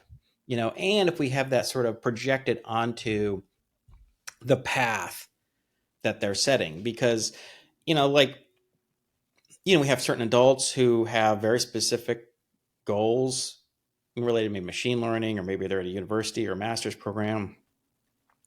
But we have parents who have kids and like, well, what, my student, if she finishes calculus in eighth or ninth or 10th grade, then what is she going to do? I'm like, oh, Yeah, people don't always see the possibilities. They think the end of the road is calculus when really that's just table stakes. That's you just arrived at the big race. Calculus is your that was your entry ticket. yeah. And if you could make some context, if you could put some like, okay, like, because if you're not a math person, you might think, well, I don't know. I never took calculus, or only the smart kids took calculus, or I took calculus. You just wouldn't really know. And if your kid is like, well, I want to go to MIT or Stanford and I'm going to be this thing, and they'd be like, oh, well, that sounds great. Just keep getting A's. It's okay. Well, getting A's and taking the AP honors and AP classes and that kind of stuff is necessary, but is not sufficient, as we like to say in math. The conditions are necessary, but insufficient. So, there are stories, some kids, it's like, I didn't even take calculus and I went to Harvard or MIT and I majored and I had to, but yet you had to fight really hard to catch up. It was a bear. Yeah, It was not, there are always exceptions that prove the rule, right? yeah. I mean, there are exceptions, but the majority of those students took calculus they didn't take it their senior year. They might have probably didn't even take it their junior year. They might have taken it even before that. And they were taking classes at the local state university. They were doing summer math camps. They were on the math team. They were doing all kind of extra stuff. So you show up and say, well, I got A's all through math and I was an AP calc and I got a 5. You'd be like, oh, that's cute. You know what I mean? Yeah. Like, you never Good for realize how outgunned you are. It's like you yeah. didn't realize, and that happened to me in college. I didn't quite realize how much more math these other people had. And you just thought, oh man, I guess I'm not as smart as they are. Like, okay, like they got a cheat code, right? They got a cheat code. So, and if you want to be you want it to be a fair fight, right? Like, because these people are also super smart and really working hard. So it's not like, oh, they're ahead, but they're just lazy. And no, they're all business. They're good and they're naturally very good. So you gotta shorten the gap so that you can get through these classes and not get completely torched and feel like I have to drop the major and do something that might be a little easier or whatever. So, but if you could to use this instance, this context to say, okay, well, we're talking to some parent whose kids are in middle school or high school, and you lay out and you say, okay, if your student wants to go to an elite school or at least a selective school and they want to major in some STEM field, and okay, well, here's where you want to be. Like, this is good, great, amazing. Like, this is, or something like, here are the 4 results, or here adequate. Okay, this is bare minimum. Bare minimum. Let's say bare minimum is you do really well in AP calculus in high school, A, B, C. Okay, I probably would do more, but you can get by. Okay, how about we do a year of introduction to proofs, so they really are strong with proofs. Maybe do linear algebra and multivariable calculus. Really good. We do another, actually we do that, but we also do differential equations and we do like real analysis or abstract algebra. Now you're like, come in and you're like, okay, it's like, this stuff is like, a lot of it is review for you. It's easy. Everybody, you feel like a genius. I think we've talked a little about this in the previous show, but really being able, I'm less trying to explain why you need to do this, but laying out like, here's the path, here's where you would want to be, and if you keep going at this rate, here's where you can be. So just keep doing it. Don't, because otherwise it's just sort of like, well, what am I doing, or have I done enough math? And it's like, well, I don't know, what do you want to do? I mean, if you want to major in art history, then you're probably done. Like, don't worry about it, you're good. Take algebra 2 or whatever, and I think anyone really cares. I'm going to go to film school. Okay, nobody cares unless Yeah. you just like it. Yeah, yeah. It's like there's the opportunity to not only bring people through the pipeline, but also to advise them what is the pipeline. Because there's so many people who don't. I mean, typically parents don't know. Most students don't know either. Even if they are have their sights set on like some big time goal that they need to be super prepared for, they often don't really know um, what constitutes good preparation for it.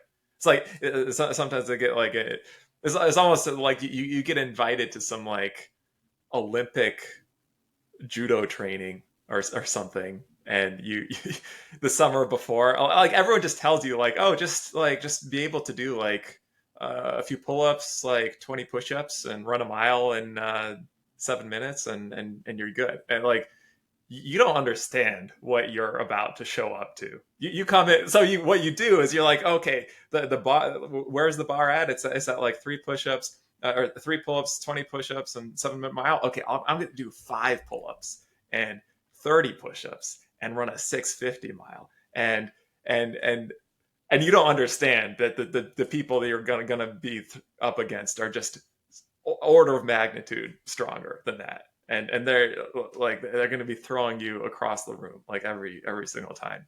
Yeah. And so just like making this known to everyone, like what is the truth, what is the truth of the matter.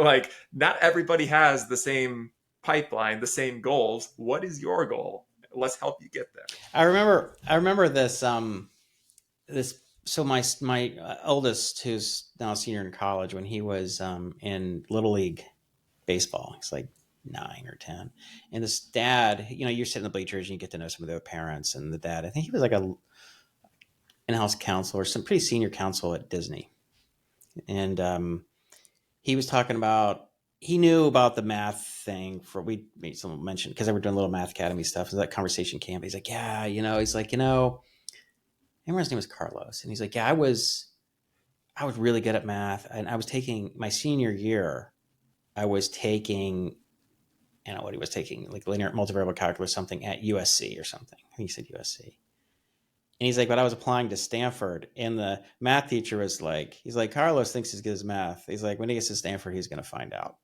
And he's like, I didn't know what he's talking about. He's like, oh my God, did I find out? Right. And Yeah. you were laughing, like, that was holy crap. Um, and not like USC is a really, really good school. And I think it was USC. But it was like, it was already like, he's doing something that's pretty, pretty damn impressive. But okay, you're going to do that. You're going to do like, you're going to be a math major at Stanford. It's like, I'm going to be a basketball player at Duke. It's like, okay, well, like, okay, there is good and there's good and there's really, I mean, it's like, okay, I want to play college Yeah. basketball. Okay, I want to play Division I college basketball. I'm playing at North Dakota State or West Virginia, these places that are like ranked in the top 100 or 200 schools. Okay, now you're talking about Duke. I say a lot of these guys are going to go play pro or whatever. I mean, it is ridiculous. And you just have no idea. And so if you're like talking about, I'm going to go, if you have a coach who's like, listen, hey, kid, I know you're all state, really good. I don't know if Duke's gonna be the right option for you. I think you could do D1, you get a scholarship. I think you said, but just telling you. I mean, if you want to do it, just understand this is the level, and you're going to have to do all these things. I mean, actually, I had that conversation happen to me in high school.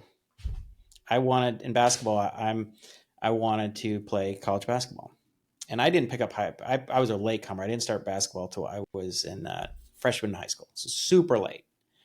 But I was an athletic kid, and so I was ambitious, and I got good quickly, and I made the varsity my junior years, which is pretty cool. And the assistant coach said to me, he's like, he heard my senior year that I was, really going to try and play college ball. And he's like, Jason, he's like, look, you're fast, you get good, you had a lot of good guard skills and dribbling. He's like, but you need a really, really good 3-point shot, and as a guard at your height, 5'10", half 5'11". He's like, 5'11" point guards, you got to be dangerous from 3-point, because otherwise they're just going to pack the lane and you're going to be rendered sort of useless. And so I was like, yeah, okay. So he told me, I mean, he brought me as he took it upon himself. Said, Jason, I think you have what it takes, but you gotta do this thing. And I said, right. And you know what I did? Not that. I did not go and work on my jump shot. I would, every time I'd go to the gym or the court, I'd always end up playing pickup games for 3 hours, and I would never work on my jump shot. And I was the last guy cut from the basketball team at the end of preseason. And you know what the head coach said to me? He said, Jason, good athlete, you know, like really good ball handling, passing, but you just don't have a good enough 3-point shot. I was warned. I was warned. I was told, and I didn't do what I was supposed to do because I was a dumb kid and I just wanted to have fun. I didn't have enough self-discipline to go work on the thing that somebody who knew what they were talking about, you know, and so I suffered the result. I got cut from the basketball, which was my goal. I was really kind of heartbroken. I was like, God, you know, that was, you know, so, you know, so it's important when you're in a position where you know how things work to tell younger people, this is the situation. Okay. This is the level of talent, the level of skill you're going to have if this is the thing you want to do. Right now, if you don't want to do it, that's fine. There's a place for everyone. Everyone has a place. Like, not everybody has to be a math genius, right? Not everybody has to learn abstract algebra, right?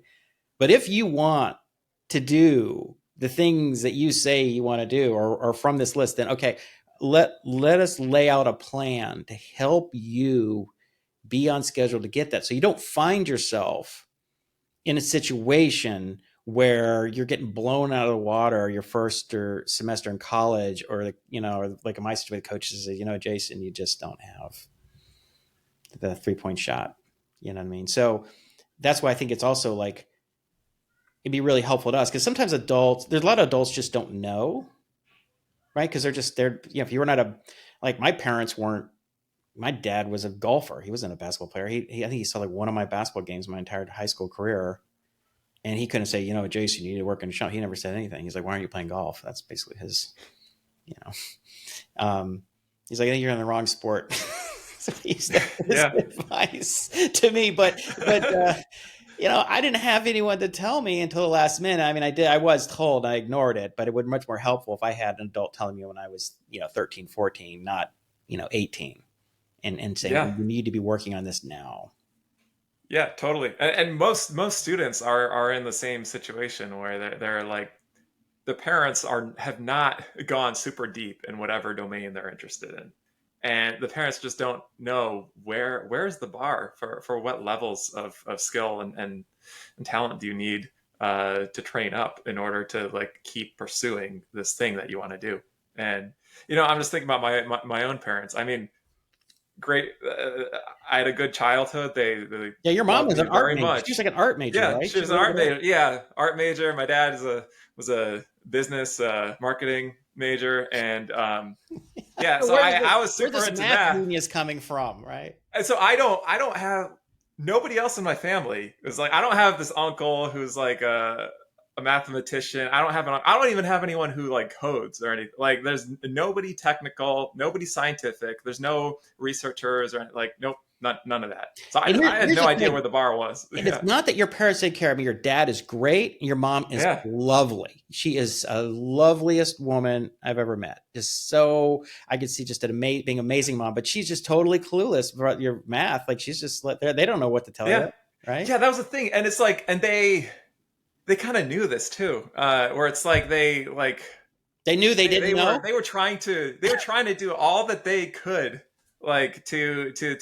help me just launch into my college and adulthood well, just like any good parent does, right? Mhm. But they just yeah, they weren't really sure what that meant, and so what they ended up doing is just looking at like what's the typical advice that you get from your high school guidance counselor at just a standard high school in South Bend, Indiana.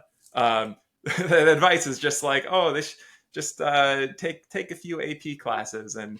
and get like Yeah, a yeah. Take an AP 700 or course. more That'd be on good. the SAT. And so like for instance, like so my parents got like really like they kind of just figured that like, hey, if you get a good SAT score, like you're good, right? Like you took a few APs, and I don't know, they so okay, I guess maybe they didn't fully know what they didn't know, but they like they knew that they should reach out to like, or that they should try and like read a bit on online, or reach out to like a guidance counselor. They didn't know that so many other people also don't know what they don't know. So it's kind of like the blind leading the blind. Nobody knows. And yeah, yeah. And the Well, kid like, doesn't know. And this is like yeah, really for the internet. It was probably a little. I mean, you had access to some because you worked your way through the MIT Open Courseware on your own completely. yeah.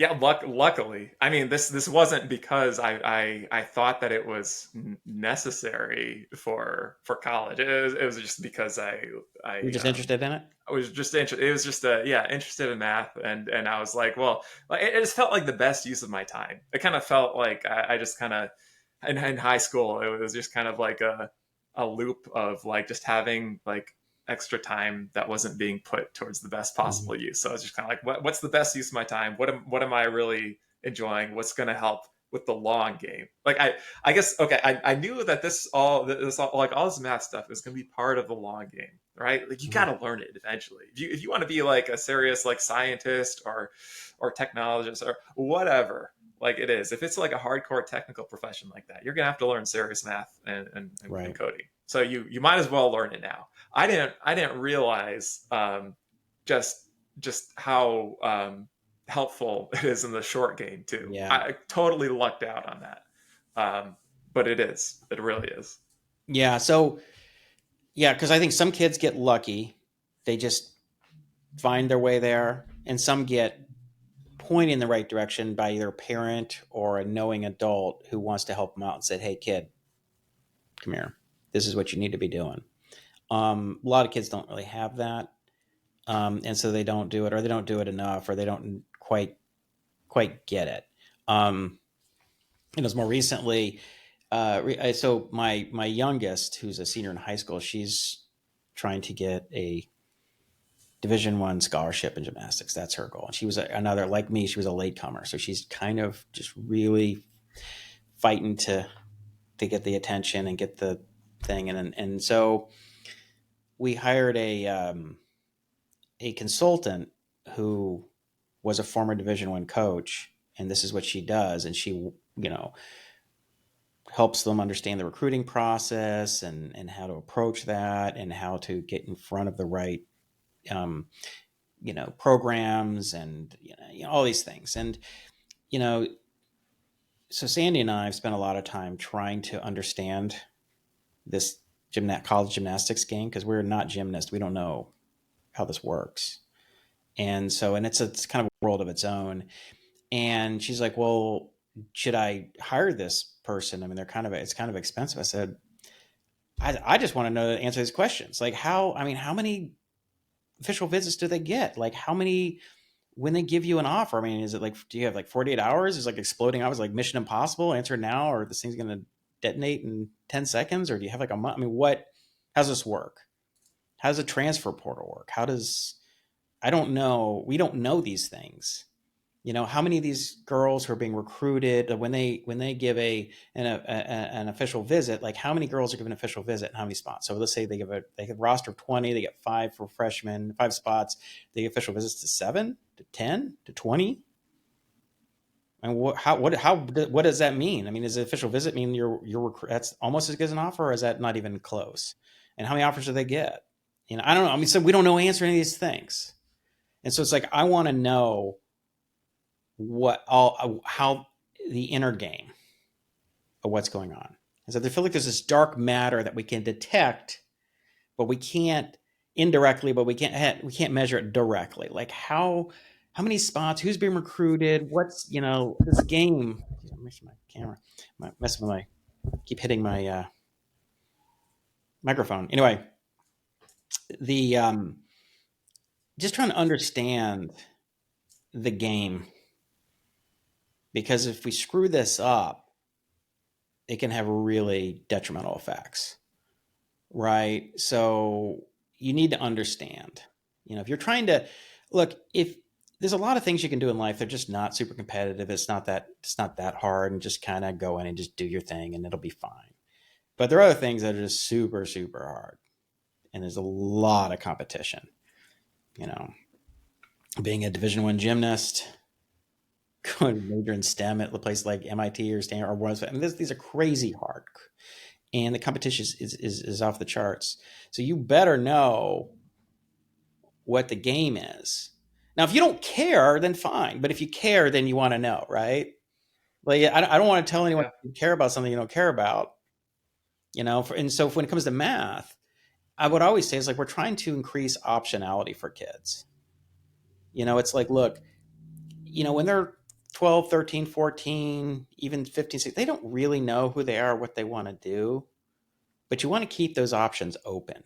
As an adult, as a parent, or even as a teacher, you're trying to help kids keep as many doors open as possible.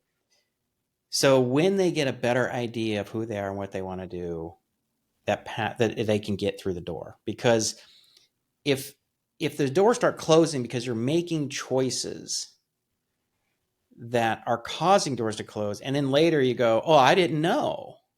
Well, I didn't know that I had to know multiple years of math to be a computer science or something major or something or whatever." It's like, "Oh, I didn't know I had need to have a 3-point shot." It's like, well, I mean, maybe you should have guessed. I mean, you're a guard, right? I mean, whatever. But There's levels to it. There's well, stuff that's clear, and then there's stuff that's sort of like, you might know, maybe if you have a parent who has some sense of it. And then there's stuff that's just the last third that's just like you just have no idea unless you have really gotten inside the trade over and over. And if you are coming into this for the first time, you have not gotten inside the trade. You need somebody who has seen this play out over and over. yeah, and like it's funny, like the whole basketball thing. It's like, because as a kid, you could easily rationalize not doing things, right? Oh yeah. It's so easy. Someone tells you something, oh yeah, okay, I'll do the thing. Like, no, it's because typically this thing that you're supposed to do, it's not one thing, it's a whole bunch of things, and it's going to take a lot of work and a lot of time. You know, you don't just go work for a few weekends and you figured it out, or something, or take one class and you're good. So, um, anyway, I think having this information, helping students set longer term goals, mapping that out, like you say, like, because ideally what you would want is say, here we have a 4 or 5 year game plan, Hmm. right? And now they may decide at a certain point, like, you know what, I'm done. I think I've done enough math. I'm actually going to decide I'm going to go in a different direction. You're good. Okay. That we did our job. Parents, their job. We got you as prepared for some possibilities, things that you might want to do. And I think that's really what high school is supposed to be about. It's supposed to be preparing students so they go in any number of directions when they go into high school, they go into college. Yeah. Because, at least in America, we're not really expecting a 14 or 15 or going to high school to know they're going to be a doctor or something. And even if you end up choosing some direction that doesn't require a bunch of math, at least you can know you didn't choose that direction out of because it was you couldn't do something else. You made a conscious choice. I have all these options, and this is the one that I want to choose. Not this is the only one that's left over for me. Yeah, it was the only door I tried. Though there was locks. It was only 9 of the doors were locked and one was open, so I did that. Yeah, I guess this is the one I'm going I through. guess, like, yeah, there was a lock. Yeah, so yeah, so that's kind of what Sandy and I would talk to parents about the Math Academy program, and and that was in the school district, and it's like you're having students have to. It started in the 6th grade, and so students in the school district would have to select to go to one of the 3 middle schools out of the 7, and the parents are like, well, why do they want to do this? And so we try and explain this and as succinctly and as clearly as possible to keep options open. Now, if you know your kid is not a math kid, it doesn't mean they have to love math itself, but they like things in the vicinity of math. You know, they like science, they like computers, they like something like that. Then okay, they're kind of in that vicinity. In which case, being good at math is probably going to be a really helpful thing. If your kid's like, well, my kid hates math, isn't good at it, and likes languages, like, okay, well, don't waste your time. Go do that. I mean, you should probably learn some math just to be an intelligent. educated adult, and who knows, sometimes people do change their mind. So don't know some math, like don't just Hmm. learn no math and be like, oh, Yeah. I struggle with fractions. Okay, well, that's not great. You Yeah. don't know the Yeah. different Yeah. equations, but you should at least know basic algebra, for crying out loud, basic statistics, just to be a functional adult. But anyway, so I think you're right. I think that's right. Though having there's a lot of payoffs, and I think it really improved the experience of just the student experience and even parent experience of seeing the progress along this longer path, this plan, this goal Yeah. setting. But I think it also will prove really helpful for students just sort of planning their allocating time along their to get to where they might want to go. For for like I said, the decisions. If you don't make the decisions get made for you, right? That's right. That's just how Exactly. it is, And I thought of my middle kid, she's the writer filmmaker, and I said, and I kept telling her, I was like, either you go into the world and you make decisions to make things happen, or decisions will be made and they will happen to you, more or less.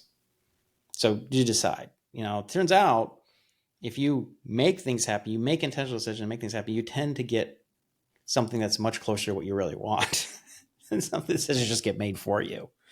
It's like, well, you don't have a job, you don't have education, so this is what you're doing. This is what's happening to you. So anyway, you want to what do you want to talk about some more stuff? Do you want to I've got an idea that we can kind of Okay. wrap it back Okay. around into a All right. good closing. We've been talking quite a bit about like goal setting and kind of the long game and everything. Um, but there's also the day to day of a kid using the system. Like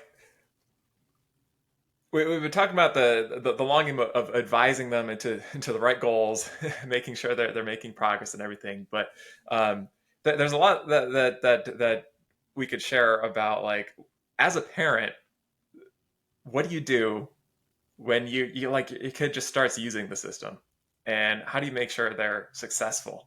And like, of course, you got these goals in mind, right? You're trying to keep opportunities open for your kid, make sure they're prepared, get them just you want the best for them in the long term, but sometimes sometimes it's difficult in the short term because Yeah. you can't just like sit them in front of the computer like, okay kid, like do your math, and like let's check in about 5 years, and then we can talk about like Yeah. It's not gonna work. what you learned. Yeah. Like, Well, there are a few kids that I work with, but very few.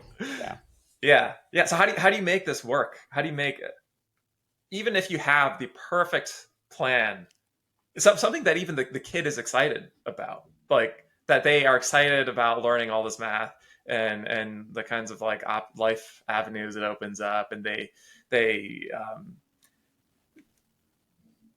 yeah, they're on board with that, but like they don't always know how to be productive towards that day to day, yeah, using the Yeah. system. Well, I mean, well, there's things to do, and then there's failure modes to avoid, Yeah. right? And the first thing I'd say is for younger students, when I say for younger, I mean like students under the age of maybe 13. You're talking, kind of early middle school and younger, maybe even up slightly older, depending on the personality or maturity of the student. Is you have to model for them how to do math and how to learn math. And what that means is that they need to sit down at a desk with paper and pencil, read through the lesson carefully, work through the examples on paper.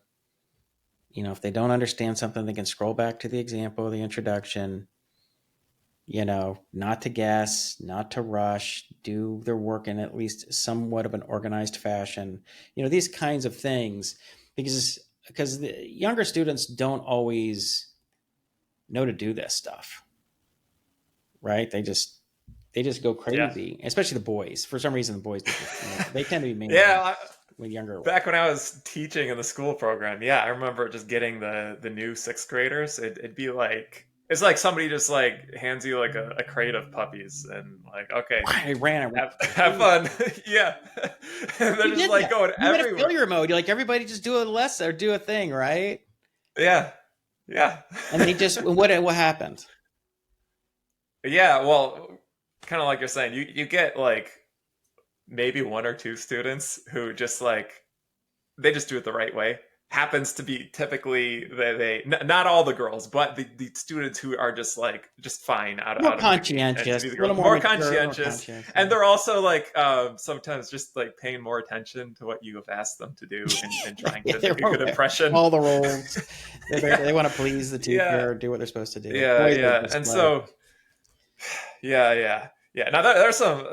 There were definitely some girls who were like that too, but yeah, um, but okay. So aside from those exceptions to the rule here. Yeah, all this it'd be like chaos. I learned that like the very first time that first day of class that we like deployed the system with the sixth graders.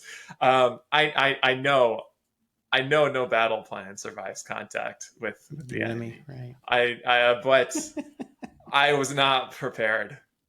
I was not. Even after tutoring and everything, like just because I guess the thing is like when you're tutoring, you're kind of you're more in control of the session, Yes. and you don't have like tens of students that you're managing at once tutoring. Like it's Hmm. just you and one or two kids. Get a class of like plenty of sixth graders, yeah, things go crazy. So some of the failure modes are some. Well, I guess Well, just in that first day, I'll enumerate what I them. remember the first day, like they blew through and they were just guessing, the boys in particular, but they were just guessing everything, trying to get XP. And if they failed, they're like, fine. And they were just burning through lesson after lesson. And you're like, whoa, what is happening? Stop, stop, stop, stop, stop. And they did like a bunch of lessons. They failed a bunch in a Yeah, row yeah, before you even could yeah, yeah. realize what was going on. And you're just like, everybody stop, right? Yeah, you're like what is happening? Yeah, right. So there's failure modes of right guessing through questions, not reading the tutorials and worked examples.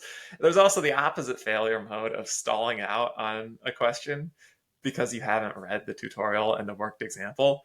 So it's like you get really excited. You're like, oh, I'm gonna speed run this task. Skip the tutorial, work example. Ah, looks easy. You do you go to the question. You're like, whoa, like how do you do this? I don't know how to do this. Like, Justin, why didn't you teach me how to do this? Aren't you supposed to be teaching me stuff? And so the solution to this problem is that you just sit next to the student and then just model for them what to do. But for some of these students who are particularly hard-headed, you have to model for them in a kind of hard-headed way. And like, if you want to be stubborn, I can be stubborn too. Like, okay, let's go back to the tutorial. Read it for me. What you didn't read it. You just skimmed it. You skipped it again. Like you didn't actually read it. Like Because they would word do for that. word. I They want would you to do read that, it. right? Yeah, They would refuse yeah, to read it.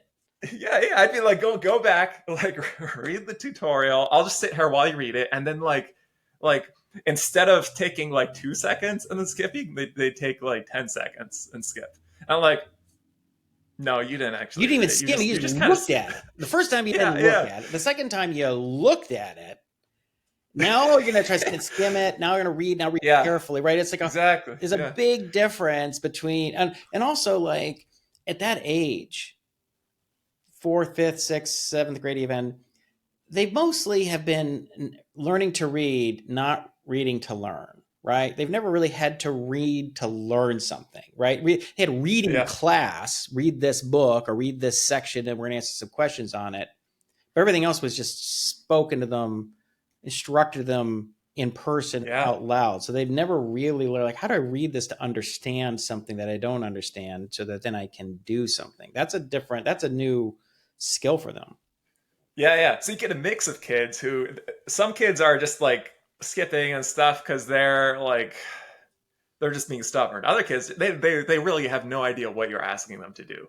You might as well be asking them to read a book and they don't even know how to read yet, or like It's you just a know, it's skill. They just just lack the skill. They just don't have the yeah, skill. they just lack the skills. So what you have to do is, and this works on both groups of students who are stubborn and students who don't know how to do it, is you just assume that they have no idea how to do this, and Which is a you good you you assumption help. because it's Yeah, mostly true.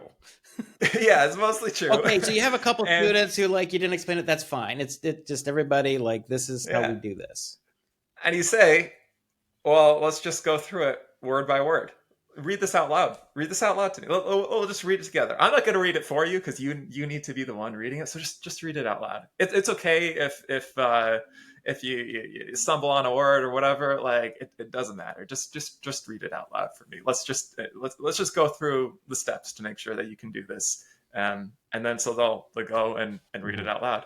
And this works great for the kids who really don't know what they're supposed to be doing, because this you're effectively teaching them how to do this Right. with active practice. You're the tennis instructor who's like, this is the movement that I want you to do. Now I'm going to throw some balls at you. You go do that. You hit the balls in this way. That's what you're doing. And for the kids who are stubborn, they're realizing that like you're not going to give up on them. You're not going to go away. They're not going to get out of this without doing it the right way. And they can either just do it the right way and not have you come in to be Mr. Helpful. Well, that's a whole nother. To That's a whole nother thing we yeah, should talk yeah, about. you Right? can, yeah, yeah. but they know if they don't perform, they're gonna get this annoying like person who comes in and just like What are you doing? What's happening? harries them to just like yeah, read word for word. It just becomes like kind of painful for them because they're like because in their mind they're like man, I already know how to do this. Why are you making me do this? And then you're like, oh great, you know how to do this, then just do it, and then I don't have to be here, you don't have to be reading it aloud. Like this is the deal that we'll make. You know what you're supposed to do, just go do it, and then I'm not gonna like be here making slowing you down in it. Let's And talk a so little you bit do, about Mr. Helpful. yeah. So why So don't you were the one who came up with this analogy, so why don't you give the well, background on it, because it's so perfect. Yeah. when you were teaching these classes, we first rolling this out. You would come to my house. We were working out of my home, and you would come here after teaching, and I would inevitably talk. How did this class go? How did that class go? We would just kind of talk through it, and I remember, a couple things happened. One, I would say, well, when there's a failure mode, what's the failure mode? And you're like, well, a lot, fair amount of the time, the student just is not reading carefully. I mean, once you get them over the bar of just reading, okay, once they do read it and they go, okay, I got to read it and I got to, okay, substantial, and you can even maybe tell me what the proportion of the pie chart is of a time, but the failure mode is they didn't read carefully. And that was what percent would you say of the failure mode? 60? 75%. How much? 75. 35. I'd Okay. say three-quarters of the time. Yeah. And then, and then, so then you would have to come to them and say, okay, they would say, Justin, I'm confused. And you're like, oh, what are you confused about? And they would Hmm. say, well, it's confusing. You're like, oh. Yeah. And then you would come over and you'd say, okay, well, read that first sentence to me in the tutorial. And he'd read it. Can I read that? Just like, do you understand that? And they're like, Yeah. yes. Okay, now read the second sentence. Do you understand that? Yes. Okay, okay, I understand now. It's like, okay, right. That was Yeah. that was, and then another Exactly. failure mode that I remember was they would just not they would copy down the information wrong. It was just 2, and they wrote down a 3, or they just wouldn't. Yeah, they wouldn't read. They don't read the problem statement carefully, Right, and that or was they'd be another. working through the worked example and they wouldn't be writing this down. They'd just be like looking at it, kind of being like, "Oh, yes, sure, that sort of makes sense." Like, no, write it down. Write it down and be careful. Actually, do it. Yeah. And then another one was that they would just be a little sloppy with their work and make little. Oh yeah, yeah. But again, mostly the boys Yes. who are just like. I had one kid who would he would use a different sheet of paper for every problem, and he would write really really big, um, and it's like he would write so big that like he would have to start like carrying over horizontally into like he'd be solving like a Like just a linear wrapping, that's equation. the Oh equation, yeah, right? he'd get to the end of the paper, he'd be writing so big, and then he'd be like, "Oh crap, I ran out of space." Like go to the other like Hmm. side, go horizontally, then start running like Right. diagonally, and then like by the time I come to help him out, I'm like, "Huh, so where did this problem start on your paper? Where's the next step?" And he's just like, "Oh, you went here, then here, then here, then here, then here." I mean, And this I'm is like, like "Well, basic, this this is is the just like problem." pre-algebra, right? This is like pre-algebra, basic. This isn't like Yeah, they're doing this 3-page calculus problem, right? I mean, this is really 3 or 4 yeah, steps of really simple yeah, manipulation, yeah. short equations. As it should, there's no reason that should happen. And Exactly. Yeah, and then some kids will like work all the problems on the same sheet of they paper jam it in and a run into the corner, same and problem where it's like maybe initially it starts out going well. It's like, okay, this is neat, this is neat, this is neat, this is neat. Okay, time for a new sheet of paper. But they're like, no, no, no, I'm gonna just like there's some space over here and over here and over here, and I'm just gonna like first part of the problem is going to be in the bottom left, and then we'll move to the top right, and then a little bit center. Oh, there's more space in the bottom left that I forgot about, so we'll put the rest there. And then they get distracted for a sec, then they look back, they look at the bottom left, and then they totally forget that they had anything in the top right.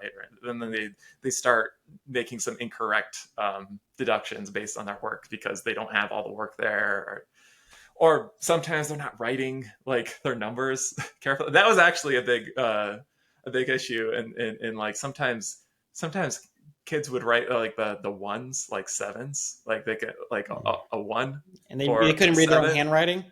Yeah, exactly. They get confused what it was, Like or if you have not taught fourth through seventh graders, like you have no idea. I mean, it is hilariously and exasperating at the same time, right? It's like puppies, right? They're Mhm. great, but they're also Yeah, peeing on the floor and they chewed up your shoes and they're bark. I mean, it's just like it's like puppies are amazing. They're so fun, but they're also like they can just yeah, be a nightmare and from a different yeah, perspective. And I think like dealing with like for me, fourth through seventh graders fell on that ring. yeah, They're yeah. so It's like fun on though. one hand, they've got that like young the puppy excitement about them. They're excited to do this. They like They don't really know exactly what it is, but they're excited for it. they're in for it. They're up And for it. They're here for it.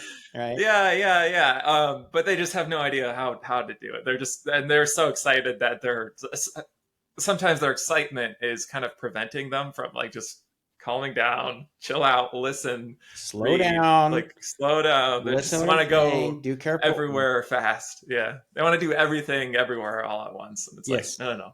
You can do everything, but just like one thing at a time. Just finish this one thing, then go do the next thing. So, but I remember. So you got that. You quickly got them up over the hump within a Mhm. week or so, or 2 weeks of just Yeah, you had. Although you had to keep checking back in. Some kids would get on the rails and then they would get off the rails. that's right. Yeah, it doesn't take a long time to get them on the rails. This is not like if you really work with them, it just takes a couple days to get them on the rails. And They learn how and to read. They learn how to do careful, neat work. yeah, They learn how to yeah, yeah. read the example. They can read the solution and check. Oh, I made a mistake on the solution. I forgot this step. They learn how to self correct. That. Because it's a very systematic procedure. The lesson is a systematic thing. There's a tutorial.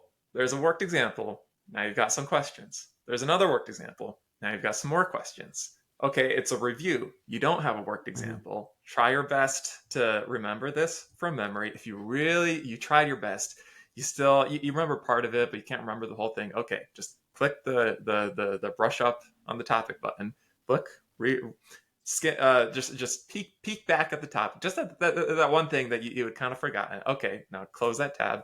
Like now we're back. Continue, and you just do this over and over and over again. You got some quizzes thrown in, but like there's not this is it's not like every day is. I mean, it's a new lesson, but it's not a new meta game. It's the same meta strategies going on all the Same meta time. skill. They've, So they've they've absorbed the meta skill, but yeah, some because it takes a little bit of conscientiousness and discipline to do what they're supposed to do what they're supposed to do as opposed to do what they want to do, which is not read it, not yeah, write stuff yeah. down. So there's always a little bit of a drift back. Now they're not gonna. It's not gonna be like you really you get them solid the first day, and then the next day they're just completely off the rails. No, it's not like that, and it's more subtle than that. It's the next day they are slightly off the rails, slightly, just slightly. They're still mostly on the rails, but there's like a wheel that's kind of starting to just get a little off the tracks, and they're still moving forward pretty well. Like they're making great progress. Like you don't really you don't know that this is happening Right. yet, but then the next day it happens a little bit more. There's a little bit more off the rails, but still mostly on. They're still making good progress. But then another day or two later, you kind of notice that like oh wait a second, like what happened? This Why kid did you just only like get failed. 15 XP today as opposed to Yeah, 40 or 50? what What happened? you It was failed like to? it was, What happened? yeah, you're watching like a little it's like a very slow but steady decrease in the amount of XP or in their accuracy or like Mm-hmm. or a slight uptick in the frequency at which they're failing tasks. Um, and then if you don't catch it right there, the moment that you observe like a very consistent pattern, it'll spiral off the rails. And before you know it, if you just if you teach them this meta skill how to do things properly, and you say like, okay, I'm gonna check back like in a week or two, a week or two, they're gonna have they'll be like just basically back to where they started. It's so you basically have to do a spaced repetition on this meta skill. So you teach it to them this first day. You're giving them some independence, but you're watching. A couple of days later, you really you're not waiting for problems to come to you. You're kind of looking, inspecting Right. their tasks, making sure like Mm-hmm. if anything looks a little weird, you go and you ask them about it. You talk to them about it. You're not like laying into them or anything, like saying scolding them. You're just asking like, oh hey, what happened on this task? I'm just curious. Was there anything that you needed help on or what? Just so they know that you are watching them that if they fall off the rails, you're gonna be right back Yeah. there, being Kids have like, to know okay, that the let's read this parents, together. Yeah. students have to know, especially younger students, but in general, that the adults care what they're doing, Hmm. whether it's the teacher or the parent or whatever, that somebody is watching and they're going to hold me to account or make sure that I do this thing. And if I do well, I get recognized. If I don't do what I'm supposed to be do, I get, you know, a look or a, Hmm. frown or a scold or whatever, Yeah. depending on the severity. So adult feedback, presence is my another. It doesn't mean you have to sit there the whole time. Now you have to, depending on the age. I mean, you might just sit down with a lesson or two. It might be like a couple sessions. You have to sit with them a few sessions, but you can give more and more space over time, and then you just kind of check in. Every once in a while, maybe you check in couple times a session early. Maybe you check in Yeah. once a day. Maybe you're just kind of watching and you start things going off the rail. You sit down and say, what happened yesterday? It looks like you failed a couple things there. It looks like you're rushing, But one of the things that was one of the failure modes, or sort of a failure mode, is a student would be, every time they get confused, they would say, Justin, I don't understand. And initially, you would come over and, oh, well, let's read this together, and they would feel a degree of comfort from that. And then what happens, they get too comfortable, and so every time they're calling you over, can you explain this, can you help me with this? And so I had suggested, I said, well, I think you need to make it into a bit of a painful for them. Like, what do you mean? I said, okay, like, this is the kind of pain where you ask your dad for help. So anyone who's ever, this is kind of a dad thing. I mean, moms can do this too, but dads are, it's like a dad, it's like dad jokes, right? It's like, don't ask your dad for algebra homework or algebra help. Back in my day, and he started, I was like, oh, dad, can you just, like, dad, just answer my question, right? And dad's like, well, why are you doing it this way? You can do it. The dad gets to the big explanation. It's the whole thing. And you're like, dad, no, dad, come on. You just want to be done with this thing. You just want your dad to answer his question or help you with this one thing so that you can be done with your homework. But dad is not Dad doesn't operate that way. Dad is, well, let's see here. Well, okay, open your homework. Oh, well, here's a way you want to think about it. And it drives kids crazy. And so what they do is they learn is don't help, don't ask dad for help unless you absolutely need it. And that's Yeah, what you need. there's a cost to it. There is a cost. And and so and I would jokingly refer to it as Mr. Helpful. Yeah, And I was like, so what you want to do is be the over enthusiastic dad. Be Mr. Helpful. I think I joke because I would joke with Sandy about that in the house. Like, hey, you see you're putting away the dishes. Let me help. And of course, like screw it up. And she's just like, will you just cut it out? And it was just kind of a bit I would do just to make her laugh. It'd just be like kind of overly enthusiastic and helpful, but ultimately more pain than it's worth. yeah, yeah. You're You like know, Clippy the paperclip. yeah, perfectly right. So, so you did this. He said, all right, so, just be Mr. Helpful. Go in there and be like, Yeah, oh, well, let's, get a piece of paper. Let's write everything, and then the kid's like, oh, yeah, right. It'd be so much yeah, easier if I yeah, just read this yeah. and figured out than if I asked Justin to come help me, right? Exactly, right? Because it would, yeah, it would come back to the like, okay, are you sure you understood the worked example? Why don't we just like look it over once more, just to be sure? And like, why don't you explain this to me? Like, because just refresh my memory on this. Like, I already know it, but I'm just like, no, I'm gonna make you explain it to me. And then it's like, okay, go back to the problem. Why don't you like tell me about what you've done here, and walk me through your work so far. I can already see the work on the paper. I already know where the error is, but I'm not going to tell them because I'm going to make them go through their I'm work. going to inject a little And pain in then, this situation. yeah. And if they go past the error, then you know what? I'm not gonna tell them right away. We're gonna wait until they get to the end, and they're gonna be like, huh, okay, that's weird. Yeah, I agree. That doesn't make sense. Okay, let's look back step by step. See where the first places where it starts not making sense. And so, in addition to being this kind of like Mr. Helpful, like just bumbling in and taking up way more time than is necessary. Um, I'm also like helping them develop this meta process of troubleshooting Yeah. whatever it is in a very annoying way, but in a very explicit way, where I'm not. There are things that I'm running in my head of like, okay, where's the first error in your work? Trying Is to the like, problem they wrote there, down identical to the problem in the question?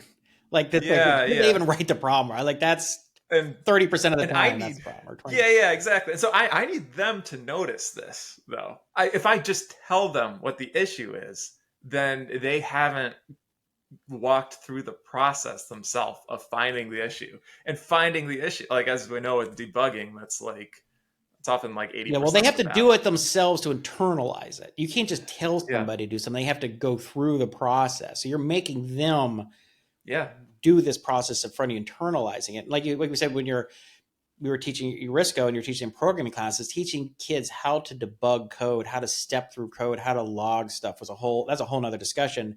But they were like, what? They would just look at it. They're like, it doesn't work. yeah, And you're like, why do you think it doesn't work? I don't know. And you're like, well, what's the value there? I don't know. Well, why don't you lie? You know what I mean? It's just like, they're like, huh? This yeah, whole yeah, thing. Now it's easy. It's not hard for us to understand why a 15, 16-year-old kid is learning how to code doesn't immediately understand how to troubleshoot and debug code. But sometimes you forget when you're teaching a 10, 11-year old, pre-algebra, algebra or something, that there is a troubleshooting process there too.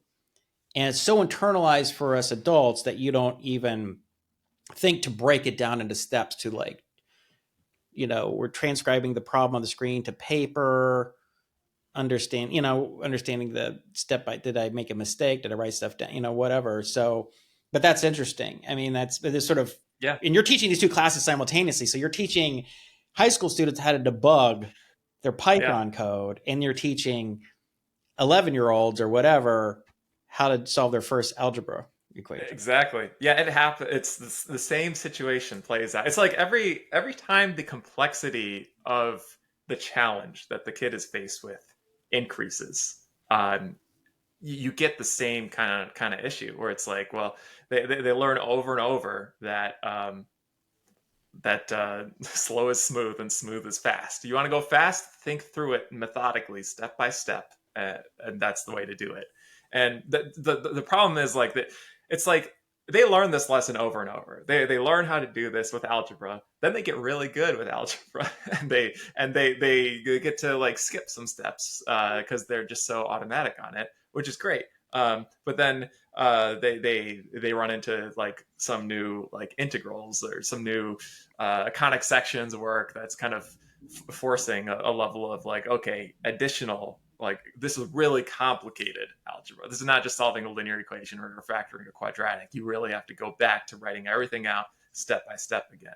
And so there's yeah, and you know every kid also has a different like capacity to do a lot of like that this kind of like really quick thinking in their head Mm-hmm. that may get them. It may be enough to carry them through some levels. Like there's some kids who I'm just remembering some of the particularly like quick, like sharp, quick kids in the class. Like they would in the sixth grade class, they would get through linear equations pretty well without having to write stuff on Yeah, paper, they could or just at skip. least They like could just. one step, two step linear equations. Yeah, maybe even three step. But like at some point, they would just get to like the load, the complexity load of the task would exceed their ability to do this all in their head.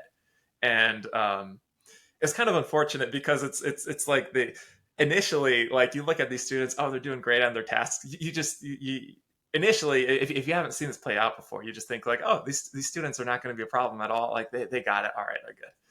But really they are the ones who you're not going to break into the right meta skills in the first week, because they have their own meta skills that are subpar but good enough for the time being that it's not a drag on progress and performance. But eventually they hit a moment of reckoning where like they don't want to write everything out, and they've been doing this for a while where they haven't been writing stuff out. They're particularly stubborn, and they don't want to start writing stuff out systematically because they're so used to being able to do it. So it's like the longer you go, the harder it is to break the kids of Well, this. my son was the worst of all time, Oh my, right? yeah, Colby was.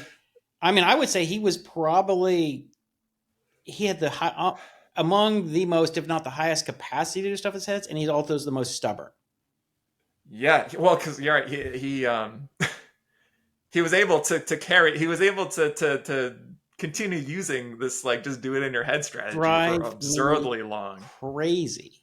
As Yeah. like, dude, like what, you know, I remember he would do these like in seventh grade even. We're doing these when I first started teaching him calculus, and he would do these really tricky integral substitutions in his head. The entire thing that normally would take like a half page, but then he'd get the negative sign wrong. He's like, "What did in my head?" I'm like, "Yeah, but you got missed the negative sign, so you still got it wrong." Yeah. It's really impressive, but it's still wrong.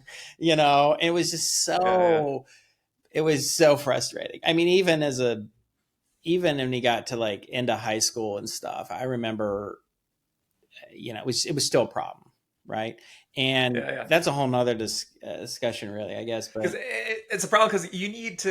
It's not enough to get like 95% of the way there on a problem to continue building on it. You have to be able to do the skill in full. It's like you can't if you can't land a single backflip like on your feet like well. If you're like 95% of the way there, I can almost do a single backflip. Guess what? You're not ready to do a double backflip. Like we still can't it's do it not right, but we happening. still can't land it. Yeah. Whatever. It's still not a success. Yeah, I mean, um, I had a kid. So when he was younger, and I already knew that about him, and then I got a kid just like him in the class below him, and I'm teaching them sixth grade. They're starting just the pre-algebra stuff, losing basic equations, and he would just do them in his head, and I'd be like, "Listen," I was like, "It's going to get harder, and you're not going to be able to do it." And he's like, "Well, I can do it," and he was stubborn the same way. I'm like, "Yeah, I this is like a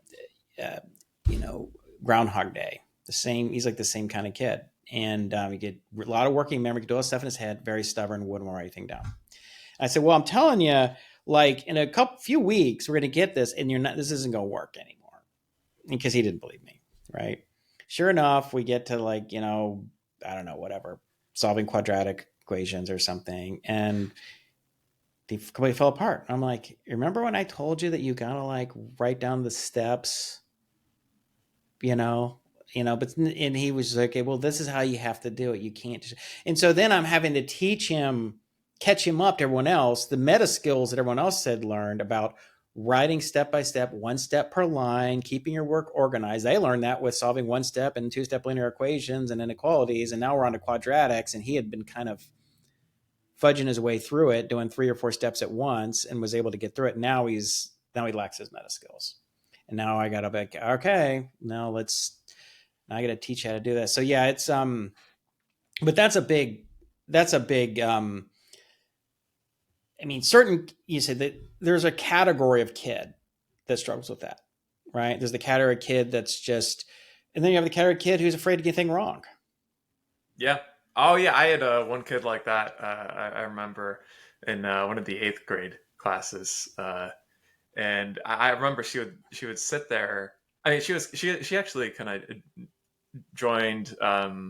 She was a new student, so I didn't really know her failure modes that well. But so I just kind of figured that like, okay, if she's not asking me for help on the first day, and then like, okay, just leave it. She's an eighth grader. Like, all right, we'll just give her a day to get settled. And it turns out she had stalled out on like the same problem for like 40 minutes, and Meanwhile, it's probably like, should what take her what are you like doing? a minute and a half or a minute. Yeah. This is a problem. Yeah, yeah, right. Minute and a half at most, 2 to 3 minutes if you're kind of needing to refer back to the worked example a bit. But yeah, it was very much, she just kind of like, yeah, she was so afraid to get it wrong. And so what I had to do with her is what ended up working out really well was like she actually had she was coming at the problem the right way. Uh, and it's just she wasn't, it's like she felt like she needed to be 100% confident in every single step she was taking, 100% confident in her answer before she submits it. It's like it was almost like she was like, only submit the answer if I would bet my life on it. Mhm. And so needless to say, yeah, she's stalling out on that, hyper analyzing. Am I sure? Am I 100% sure I got this right? I don't know. What about this step here? Am I like really sure about that? I don't know. Maybe I don't. And so I would just be like, okay, you know what? Take your best guess. It's okay if you get it wrong. Like, you've worked on this problem, you got to a result, and it seems like pretty reasonable the way that you've gone about it. You read the tutorial, you followed the same approach that was taught in the worked example. So just go ahead, go submit it. And so like 90% of the time she would get it right. She just wasn't confident enough to submit the answer. And 10% of the time, she would get it wrong, because of sometimes it was a silly mistake. Sometimes it was actually just it was a subtle detail that she had kind of glossed over. But the point was like, that's okay. Like, this is part of learning. Sometimes you gloss over a detail. Sometimes you make a silly mistake, and that's all right. Just don't keep doing that over and over. The same detail, the same silly mistake. Just keep that in mind for the next time, and then you're not going to make that mistake. You're going to be just fine, and then you keep on making progress. Right. And so at home, actually, that was another thing. So we worked this out where during school she would she'd be moving along well, but at home things would kind of fall off the rails again because I am not there to Encourage her kind of to just, encourage her. And yeah, and so what ended up working is just like setting a timer. Like, if she has spent 5 minutes on this problem, like, just submit the answer that you got to. Like, even if you're not confident in it, just submit. There's a forcing function there. or if you are like, if you're just unsure and you're pretty sure you got it wrong, but you've been like thinking about this for like 3 minutes, like on the same thing, and you're just not sure. You went to the worked example, but like for whatever reason, Mm-hmm. you're struggling to map this onto your problem at hand. Like if you spent like 2 or 3 minutes, you're thinking real hard about it, and you're not getting anywhere. Just take your best approach at it, and just Yeah, submit it. because you'll get And an maybe you get it answer. You'll feel wrong. like what you'll see Yeah, what, but it's you'll you're gonna you'll see the learn. solution. You're going to see this. You're going to learn faster. It's like, how can I maximize the learning over some set of period of time? Well, you need to put a really solid effort in.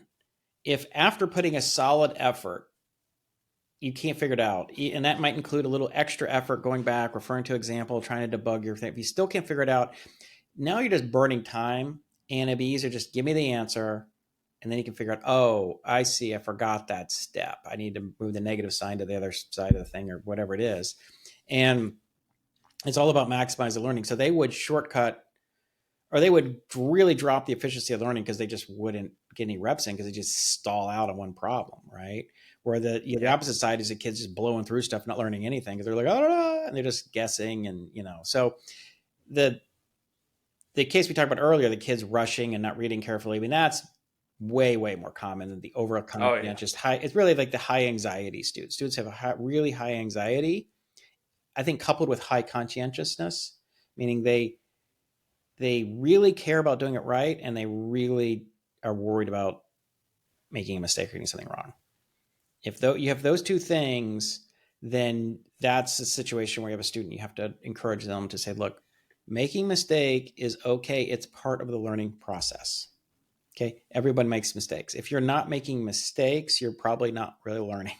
So, and so for those students, you need to pull them back, say, like, it's okay to make. Now, the kids who make tons of mistakes, you're like, hey, like, look, you're the ones lacking conscientiousness. It's okay. I need you to be more conscious. I need you to read carefully. I need you to write things down more carefully. So it's kind of like getting them into that sweet spot of some Yeah. reasonable level of conscientiousness.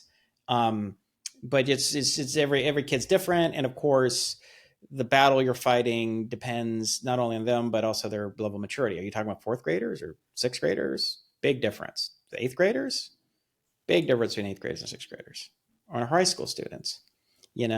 I mean, you can have high school students for sure who lack conscientiousness, but you're going to have fewer of, or at least their level of consciousness is not going to be as much of a problem as is the fifth graders or something, right? That's a big, they really, especially the boys, for whatever reason, they're not, that's not a thing for them. Most of them, sometimes you get lucky, but most of them are puppy dogs, and puppy dogs, as we know, are not conscientious at all.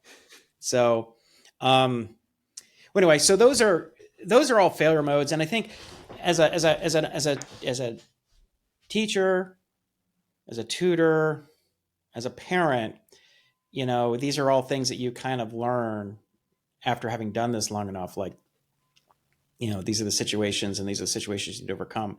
Now, one failure mode we haven't talked about, and this tends to happen sometimes with tutors, I've seen, but definitely with parents, which is if you're sitting down with your student and helping them, but by helping them, you're preventing them from making a mistake, that is a big failure mode, right? You have to allow the student to get the problem wrong, because if they don't get it wrong, if they don't get it wrong when they really would have gotten it wrong, then the system itself will, first of all, assume that they know the material better than they do, and it's going to accelerate the learning process or not slow it down if it needs to be, because the system can only see what you're doing. It doesn't have a camera on you and go realize, oh, like, mom is doing the work for him, so yeah, it doesn't know that.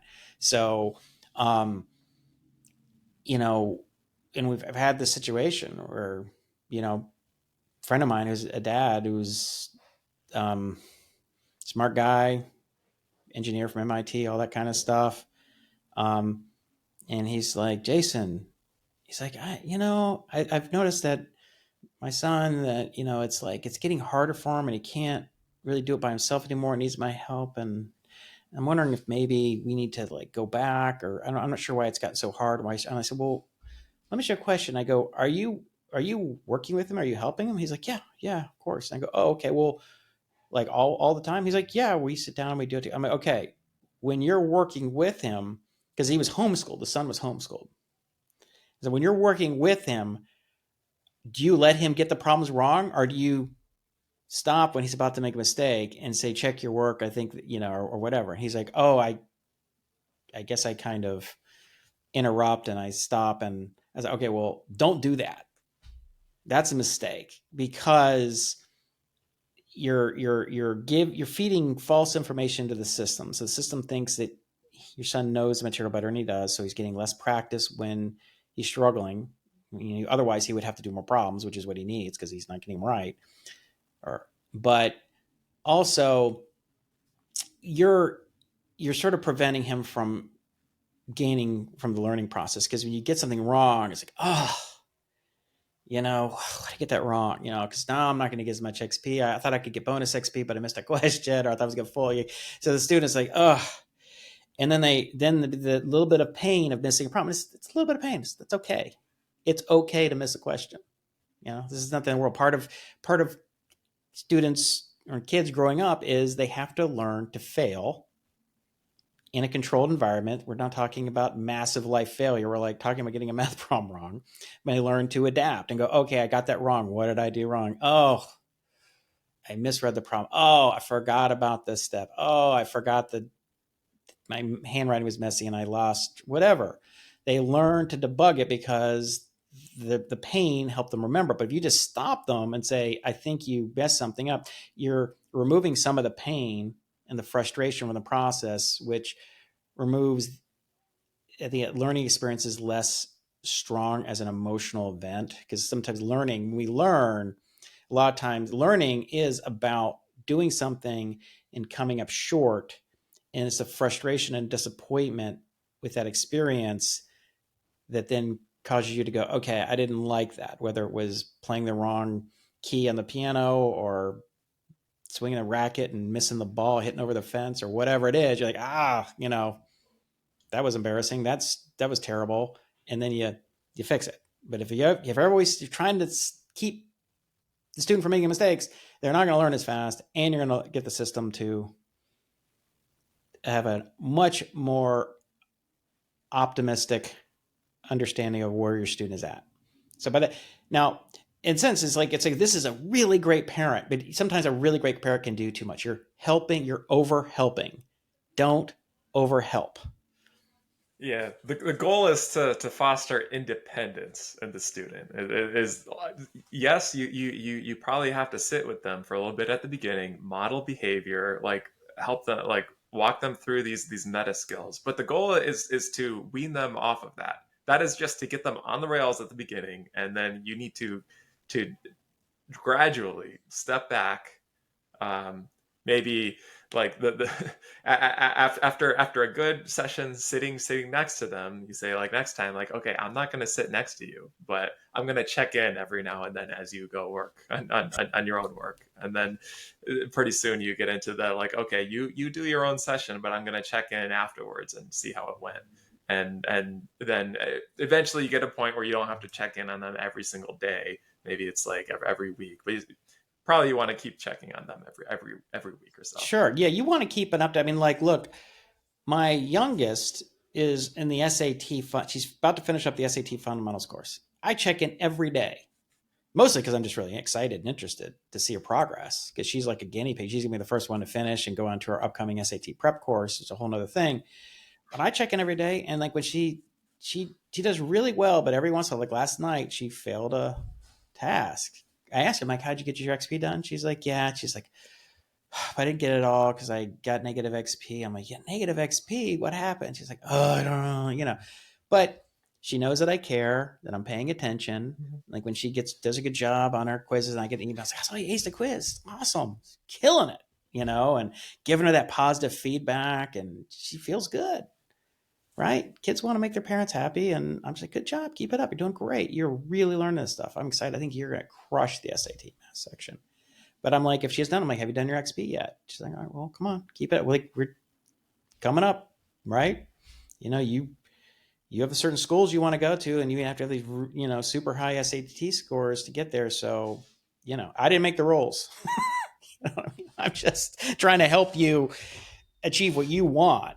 You say you want to go to these type of schools with these kind of requirements. I'm just doing my part is to help you. But I check in there every day, usually in the morning. I mean, honestly, I check in more than once a day just because, you know, my software, right? So, but nevertheless, and I do, but it helps me because stay on top of things. But one thing I wanted to just come back to, about the whole overhelping. I did it myself. It's so I'm just it's like it's so tempting, right? Okay, here's a situation. You're like, okay, we gotta do this math. My wife, she's finished up dinner, for instance. Like I just kind of remember this one scenario.